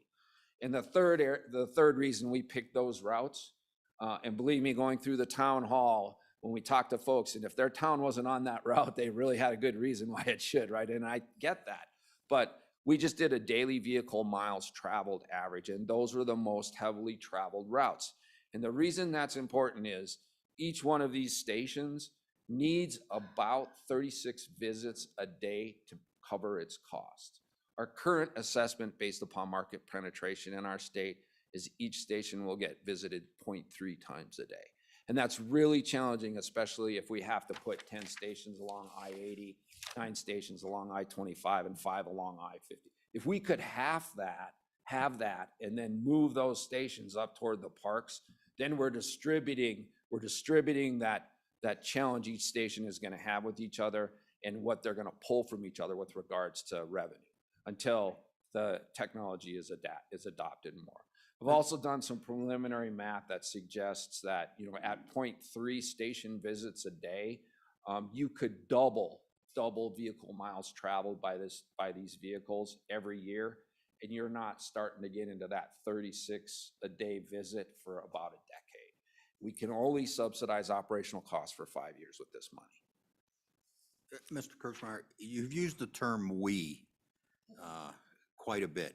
I'm assuming that's just a general term, and it doesn't mean that the state of Wyoming is going to subsidize these or put these in or anything else. Am I correct? Mr. Chairman, you're correct. When I say we, I'm trying to talk in terms of the Zero Emission Working Group, because we as a state agency group is trying to synchronize and coordinate this effort. Yes, this money is WYDOT formula money, and it is coming through WYDOT. But as a group, we've got to synchronize and coordinate this. Because if you remember, I go back to the matrix slide, we, the Zero Emission Working Group, have these VW settlement funds. And if we can't divert some of this, and we as the working group can't divert some of this money, the state, however, whatever term you want to use, from there, we're going to have the VW settlement money is how we'll facilitate the movement of these vehicles and getting infrastructure installed off the interstates. And Mr. Kirchmeyer, the group does appreciate the fact, I'm assuming, that there are tourists who might want to see other parts of Wyoming other than Jackson and the park and Yellowstone. Am I correct? Yes, sir. And you can also see we added in 85 along the east. And we've also been in contact again with the Park Service to not only talk about Jackson and Teton, but also we've got the routes that go up through Thermopolis, specifically chosen for some of those reasons. And then we're also talking with the Park Service over by Hewitt for Devil's Tower. So we're trying to coordinate all this across the state. Proceed. Oh, I'm sorry, Representative Obermuller. Thank you, Mr. Chairman. So Wyoming statute specifically says that state funds won't be used. And yet this refers to the use of formula money, which is state money, isn't it? I mean, how does formula money, doesn't that refer to matching of state money to the federal money on this? Yes, sir. And again, the NEVI program is federal formula dollars that come into the department. Up to 80% can be used. The 20% can be private in the program. Can be private. Can also be municipal. Can also be county, but it can be private. So we are not going to use, when I say we, now I'm saying WYDOT. WYDOT will not use any of its funding for these stations for the 20%. Now, I will say that the NEVI funding cannot be spent until we have our plan approved, except for in two cases. One is to hire a consultant to help us actually develop the plan, execute it, management. We don't have electricians in WYDOT, again, using a we differently. We don't have electricians in WYDOT, so we will try to hire a consultant to help us that has experience in here. And in that case, the 20% matching will have to come from WYDOT. But it won't be to put the stations in place or manage the stations or provide operational expenses for the stations. So, Mr. Kirchmeyer, what will 20% then be for? It will If it's be not- the 20%, the NEVI funding will allow us, whatever consultant we hire, 80% of that can be funded with NEVI funding. The department will have to put up the 20%. Mr. Chairman, just to make sure we have a valid plan to get this spent correctly. Okay, so we would be spending state money up to 20%. Correct. How much is that in dollars? Mr. Chairman, I think for this initial tranche, I think we said about $50,000. Okay, all right, thank you. Question, Representative Henderson. Thank you, Mr. Chairman. Very interesting. So question comes to mind. What level of participation, if any, are we seeing from, entities that have fleet vehicles or like auto dealers, auto manufacturers, and more particularly, how would existing charging stations count perhaps in our plan in terms of, meeting the Secretary of Transportation's standard for coverage? Thank you. Mr. Kirchmeyer? Mr. Chairman, Representative Henderson, if you go to slide 13 and give you a little better idea of that, I think it's the next slide. So we've done a significant amount of outreach, and we've talked to a lot of folks, town halls. You can kind of see on slide 13 the feedback we've gotten. I would say that right now I've had a lot more involvement from the utilities, the DC fast charging companies, some of the associations, not so much from automotive dealers, although I have established what I call as an EV stakeholder list. It's got well over 100 members on it right now. Those associations are on it, so we do maintain contact with them. But from the groups you mentioned, not so much, but from a lot of other groups, a lot of interest, some concern, but certainly they want to get educated and up to date on what is going on. Representative Henderson. Mr. Chairman, Representative Henderson, the NEVI requirements for no more than one mile off the interstate, no less than 4 ports of 150 kilowatt power capable of simultaneous operation is the requirement. If an existing station, we have 2 right now, one in Gillette by Electrify America, a second one, I think, currently going in Evanston, and I think they're also putting one in Cheyenne. We think that the one in Gillette will count. We also think the one in Evanston will count. We know the one in Cheyenne won't because it's 3 miles away from the interstate. The Tesla stations, currently none of them count because they're not public facing and they don't have the universal connector. They have that Tesla connector. Tesla just made an announcement that they're going to take their stations public. They are going to put in the correct connector. So when and if that happens, then any Tesla station that meets that requirement also will count in our network, which again frees up money where we don't have the formula funds do not have to support the station installation and the operational costs for up to 5 years. Now, that being said, it also creates a condition that we're really not ready for, which is competition within a community, because they're having a tough time covering their costs anyway. Cheyenne will be a good example of that. We're going to have one at the mall 3 miles away, and then we're going to likely have to put one at that intersection of I-80 and I-25 within a mile, and those two stations are going to steal from each other, steal visits. Proceed. Right. I think I'll just to save some time here, let's go to slide 14, and I'll just kind of cover what we've identified as some possible challenges. And I think we've covered mostly all of them, but this is just a one pager here for you to kind of refer to. The first one is the utility demand charge. The legislature was very helpful this past session when you kind of passed that statute change that exempted these from being utilities. So that's helpful to a station owner, that these charging stations won't be treated as utilities. The second thing right now is if demand charges aren't addressed, there are some technologies out there, as referred to earlier, that can help a station owner kind of prevent that demand charge if they don't work out an arrangement with their utility. So the problem with those technologies are they increase the cost of the station.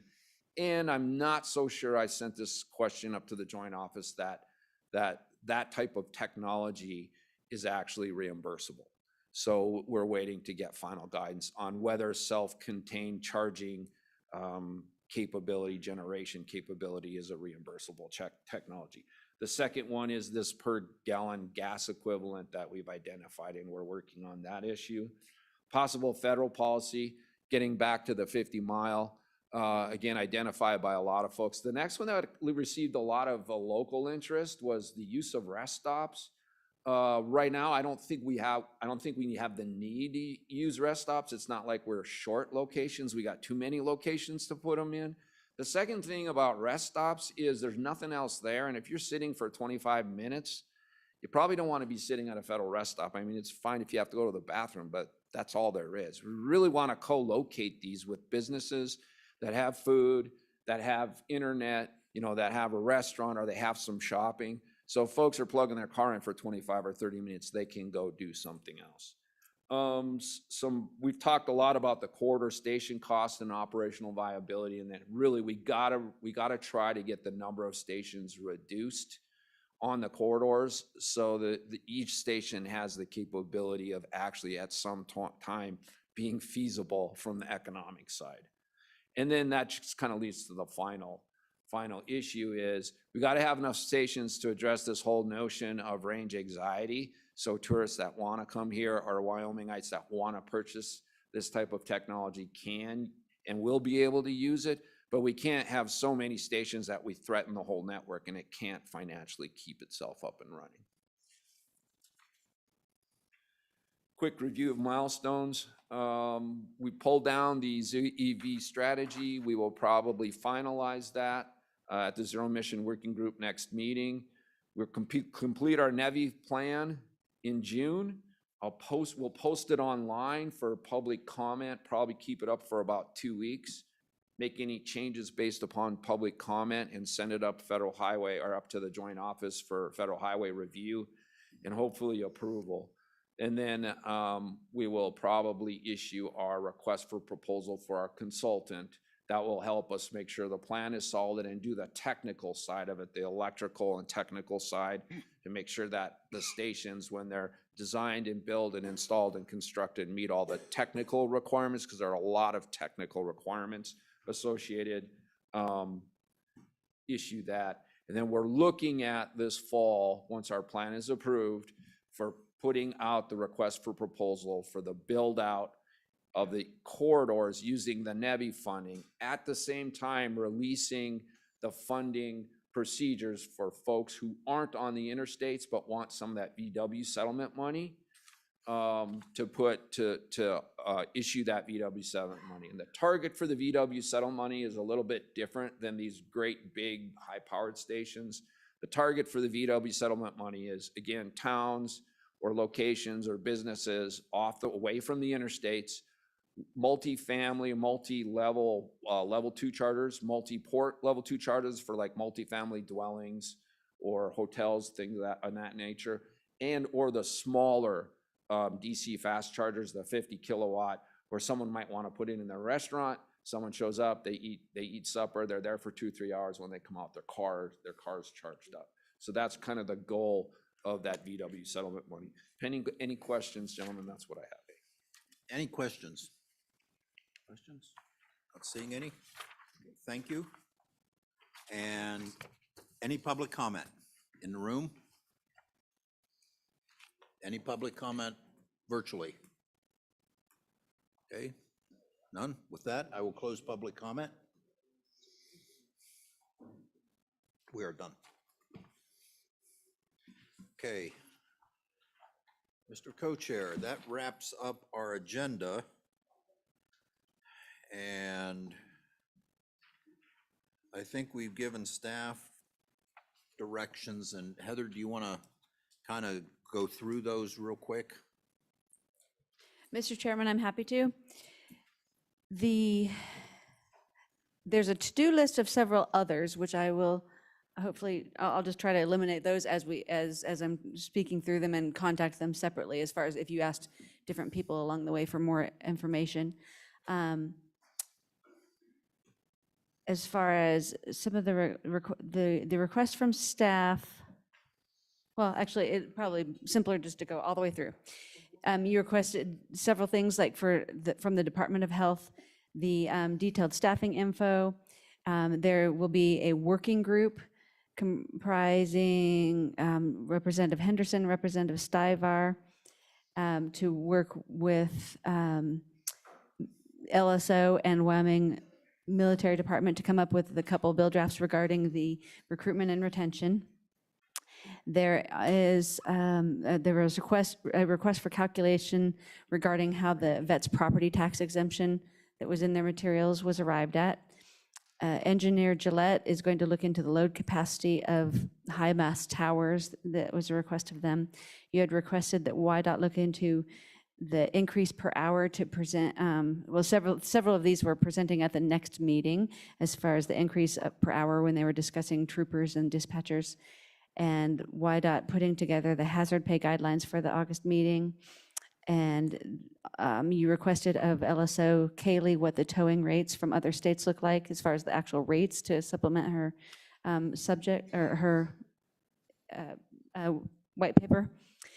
There is another working group regarding towing, and that is composed of Representative Burkhart, Representative Baker, Representative Harrelson, and Senator Furphy, I think. I have a question mark by Senator Furphy. That is correct? Okay. And then I am to obtain the draft towing rules that are currently under review at the governor's office, and to also find the 2 AG opinions on the opposite sides of the right-of-way issue. The pathways folks are to present their survey, the results of their survey, at a future date.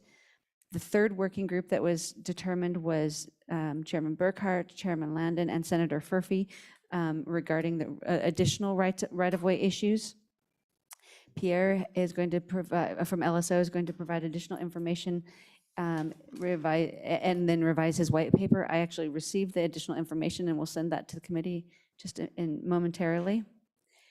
And then also there's the governor's office is going to continue updating on the Infrastructure Investment and Jobs Act, and so we will include them on the agenda in August.